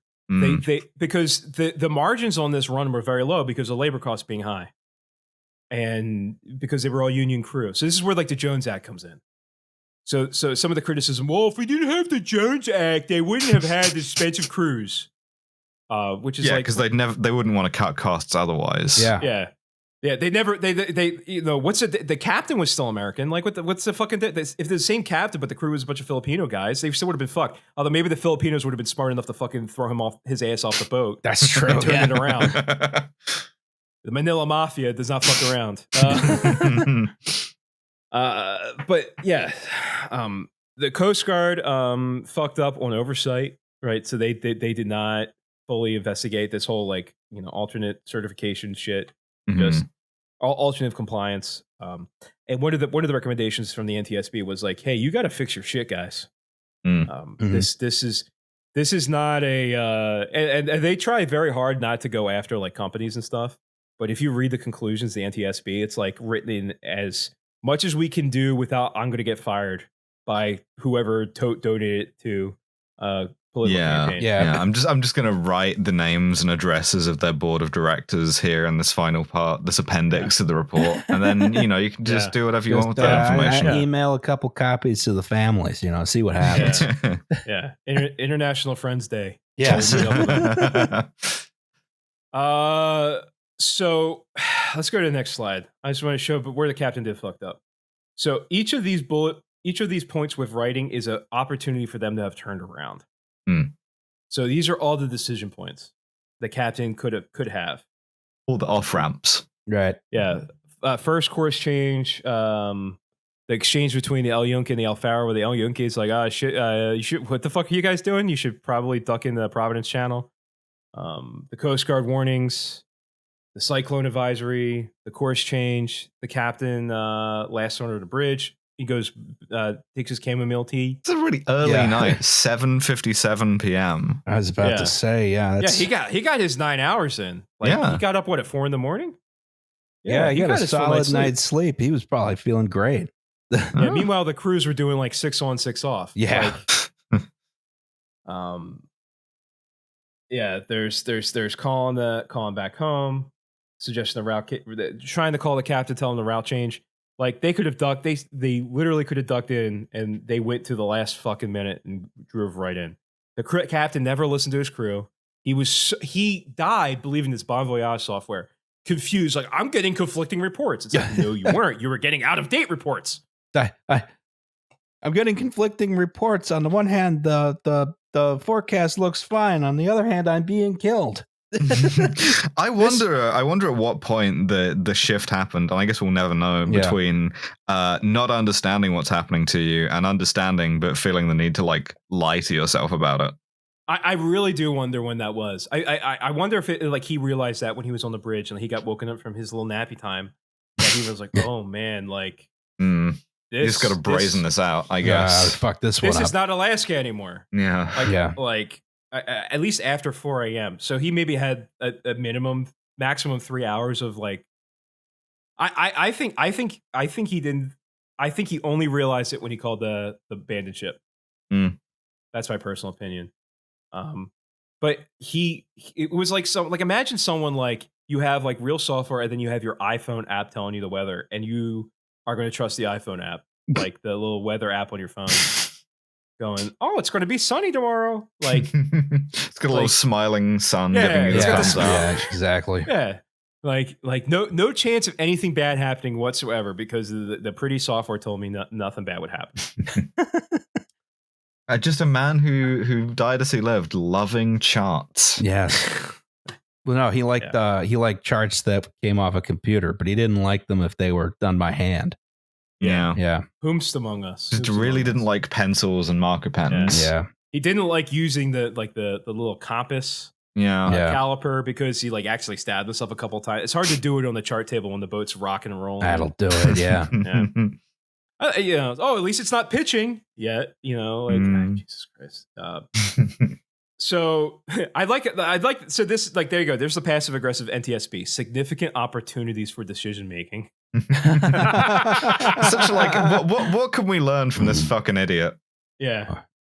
Don't just don't take your boat. into a hurricane. Don't take the boat in a hurricane. Directly into the path of its eye. Yeah. Again, very difficult to achieve, and this guy blunders into it. You have to hit a target. Yeah. Like you have to aim for it, and he managed to do it. All right. So let's look at what actually doomed the vessel. Probably the water in it. Yeah. So the water, oh Jesus, that's I'm getting my engineering degree off of this shit. Yeah. That's your British fucking taxi for work. At work. Probably all fucking water in it. This the Barry Piss standing there on the Hurricane Hunters. Oh, should I have a bad try, eh? That fucking lot of water on that one. I've never been in the eye wall of a hurricane. Imagine it might be quite inconvenient. Just doing this every time. Milo has implanted Kevin Bridges into my head. I'm just going to do the Irish guys. Like, Jesus Christ, that's a fucking lot of water. Oh, fuck. Jesus. Megora. Jesus, Mary Joseph. Jesus. The sort of shaking hands meme for like pictures of John Paul II there. Yeah.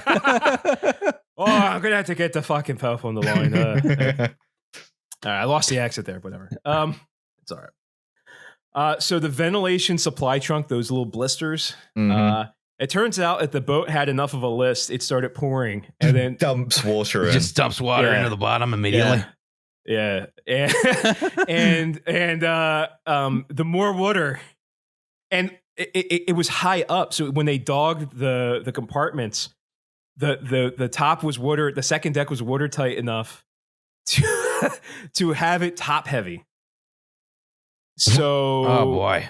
So and there, so you could see that there, like on the left hand side, and once that moment arm moved enough, you were fucked. Like there was no the point of no return, and it just flooded in, and so I know hindsight is 2020, right? Yes. And like it's easy to do this diagram when you've got all of the cool green water on there, but at some point during this, there was a plan of this. In this view, albeit not tilted, that showed that, and that showed the perforated, permeable deck floor, and someone looked at it and went, "Yeah, it's fine."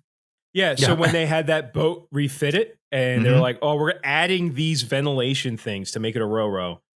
Yeah, we don't have to do a new stability diagram on this. Wow. Yeah.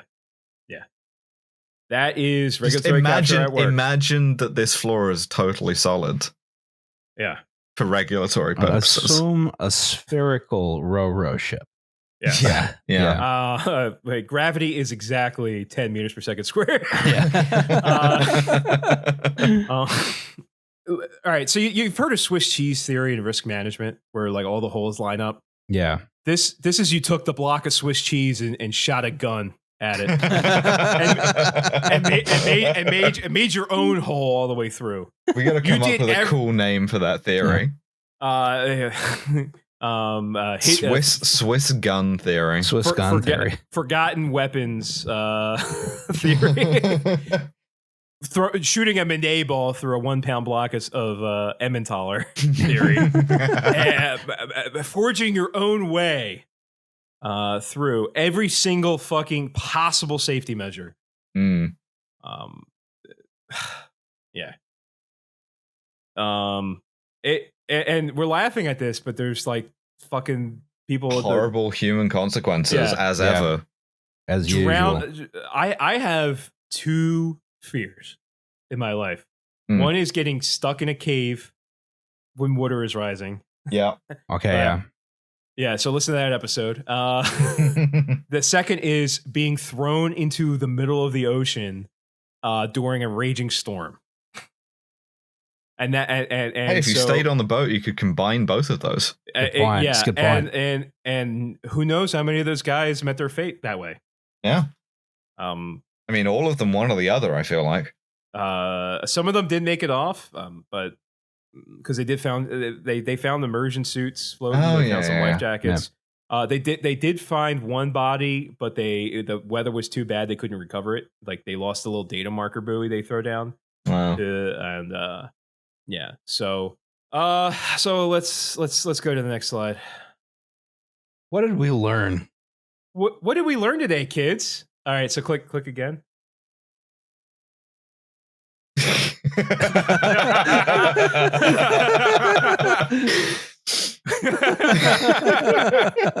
So what did we learn today, kids? Mutiny as early as possible. Yes, mutiny early, mutiny often. Mutiny is good. Be like the other Bahamanians. Have your own pirate enclave. Having a rigid structure of rank is both a benefit and a hazard. Make your boat more rigid. Yeah. Don't drive your boat into a hurricane. Directly into a hurricane. In defiance of all data telling you otherwise. Try and miss the hurricane. Try and go around it. Computers, once again, are bad. Yeah. Trust the government more than private companies. Do the Butlerian jihad. Yes. Bureaucracy is good, actually. As long as it's not captured.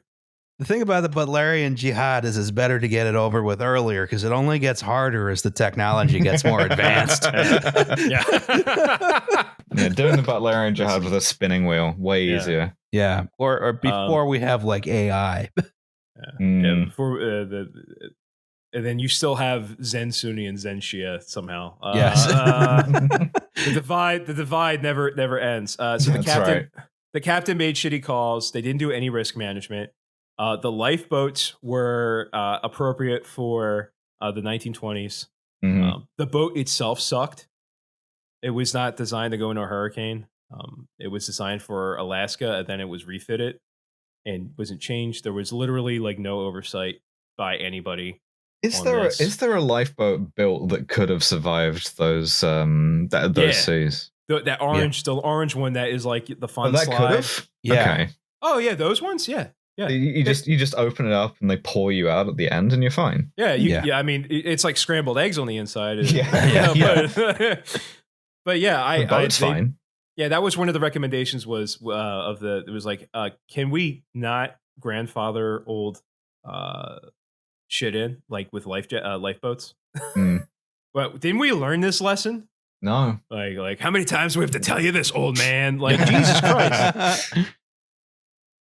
And capitalism is bad. So abolish capitalism. That's the last one. Applying dialectical materialism, this is capitalism's fault. Yes, that's true. Wow. Simple as we like to say. That's how dialectical materialism works.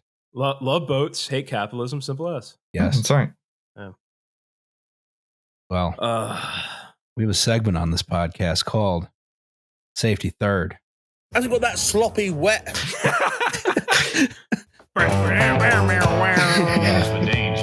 Hey, that's the name of my Transfer Fever 2 map that I have to update for the new update, which I probably won't ever do. Nice. Hey, Transfer Fever, the game that I should play since the new update, but probably never will. I thought the update was kind of underwhelming, personally. Too much work to modify all the shit so it's a cohesive thing instead of a random jumble of vehicles, and then it doesn't work because you've modded it too much. Yeah, they just if they could do multiplayer on that game, it'd be so much better. But because it's just like single player and it's kind of boring. Just watching the trains go back and forth. No, that's what I like. That's my shit. That's good shit to me. Take the open TTD and just put 3D graphics on it. Yes. Howdy, WTYP trio and guest, maybe. Kind of. What if the guest is temporary part of the trio? You didn't think of that. Yeah. We outwitted you once again, idiot. Fucking moron. It is your favorite dipshit. It is your favorite neighborhood electrician, the one from the Eye story. Oh shit! No, I told that one like it was like a friend of mine. I was like, oh yeah, I heard about this guy, my friend. He like almost got his eye taken out, like shit. That's one of the favorite fringe benefits of this podcast is you get like war stories from work that you didn't do. Yes. Hey, hold on. Before we get started, where's my safety third? Good question. All right, never mind. Keep going. Today, I have a cautionary tale that maybe you'll get some enjoyment out of at my expense. Our Pretty story good chance. Starts out on a shitty Thursday afternoon working on an addition to a freezer warehouse. Me and my journeyman, my journeyman and I had been... No, it would be me and my journeyman. My journeyman and I is the affectation. Me and my journeyman had been fighting. So what had happened was... I'm an English teacher, so we can work on this. But. Yes. Yeah, let's... I mean, I'm not being a prescriptivist. They're probably both fine. But we need to be able to break out our clauses here a little bit. Yeah. Let's start diagramming this sentence. All right. So, my journeyman, me and my journeyman is the subject. Had been. Been is the verb here. It's the verb. Had is the auxiliary verb indicating that it's had been fighting, so it's present imperfect. Okay, right. All right. Glad we're all on the same page here. Mm-hmm. Had been fighting all day, and that night my buddies invited me out for drinks, which I gladly accepted. Oh, this sentence has got a shit ton more complicated. Yeah. We need a bigger blackboard here. This is a Tolkien sentence. Yeah. Needless to say, Thursday night turned into Friday morning, and I still hadn't made it to bed, and I for sure wasn't entirely sober. Reasonable. I awoke. Happened. 2 hours later with one of the worst hangovers I've had in recent memory, and still had to drive 45 minutes to work since I live in bumfuck nowhere. I mean, you're not even hungover. You're just still drunk.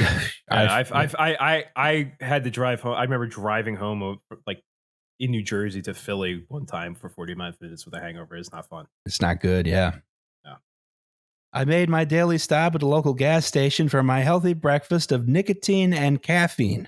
Yeah, breakfast of champions. Which I then used to wash down my Adderall because that's how construction goes sometimes, and my brain is bad. Oh, that caffeine and Adderall synergy. Yeah. That if you don't have mania, that's how you get it. This morning was something special, though, so I grabbed one of the new on-the-market Bang energy drinks.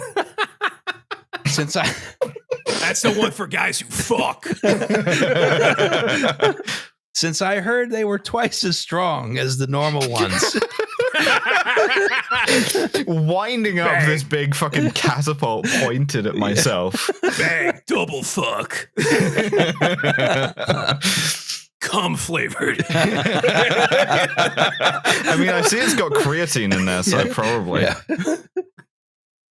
Fast forward to the job site where I got the fantastic news that I'll be working on the rooftop chiller units. Mm-hmm. These units are alcohol, Adderall, caffeine, sleep deprivation, taurine, creatine, and cum. The perfect mixture for working at height. Yeah, that's actually a refrigerant. Yeah. They started using that after they got rid of the fucking the shit that destroys the ozone layer. CFCs. Yeah. These units, CFC in this case stands for cum flavored cum. These chiller units.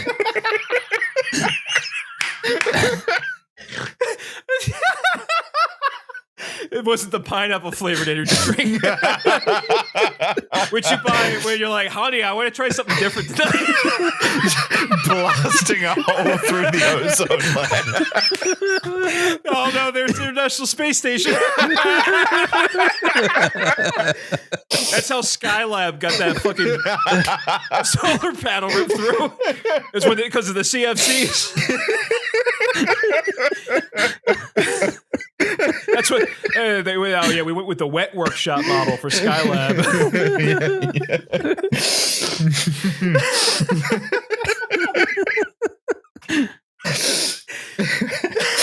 We're a serious podcast. Oh fuck! These units are mounted in a special room on the roof with a graded floor. So the freezing air they produce can sink down into the massive room below. Sure. Yeah. Since this is an expansion, the only rooftop access is through the old mechanical area. Yeah, and it's haunted. Yeah. So the journey goes as follows: a 200-yard ghosts. I mean, that's what do you think ectoplasm is? Come on. That's a good point. Yeah. A 200-yard walk to the electrical room to get to the ladder, climb said 55-foot ladder to the roof, walk 300 yards over to the chiller room. Mm-hmm. Oh, and did I mention that there are no ladders or stairs installed to help you get under and over the spaghetti nightmare of massive coolant lines? I've read that as spaghetti marinara. And various other things from maintenance past. Since I was just a third-year apprentice at the time, I had to carry all my journeyman's tools and my own, all together, probably about 70 pounds of stuff.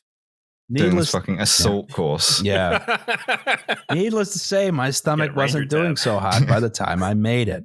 I mean, between the fucking Adderall and nicotine and caffeine and the marching and the climbing and the carrying a shitload of heavy stuff, you're having an experience last had by a guy invading France in 1940. Yes. You just start singing Erica out of nowhere. Yeah. You just see a black sun in the sky. I don't remember the sun used to look like that. Weird. Oh, shit. Especially with the absolute nuke I delivered to it a little over an hour before. All right. So did he shit in the coolant line? I shit so hard and I broke the sound barrier. Now, heard me 2 counties over. That's impressive. Yeah, they gave Chuck Yeager a medal for that shit. I think for some reason this guy's Australian. He may not be, though. I don't know why that's in my head. And I was like, the counties are big there. I took a little shit in your fucking pipes. Yeah. Rack off me, nuke. Rooney. I have no problem with heights. I had been rock climbing for quite some time by that point and was normally unfazed by them. When I got into that room, shut the door behind me and looked down, a spiraling void stared back at me. Oh, fuck. It's Nietzsche. Yeah. My legs collapsed from the nausea and I went down to my hands and knees. Then my stomach crunched the vomit and I noticed the spiraling black dots below me are people just starting their Friday morning. Oh, no. If one of those dots stopped moving. Yeah. I willed myself back up to my feet and tried the door. It was locked. Here I am, 55 feet from the floor, about to vomit on like 6 people. You wouldn't even fucking know what happened to you. Like, if I was coming into work and I was hit by like tradie vomit from 50 feet up from the fucking ceiling with no warning.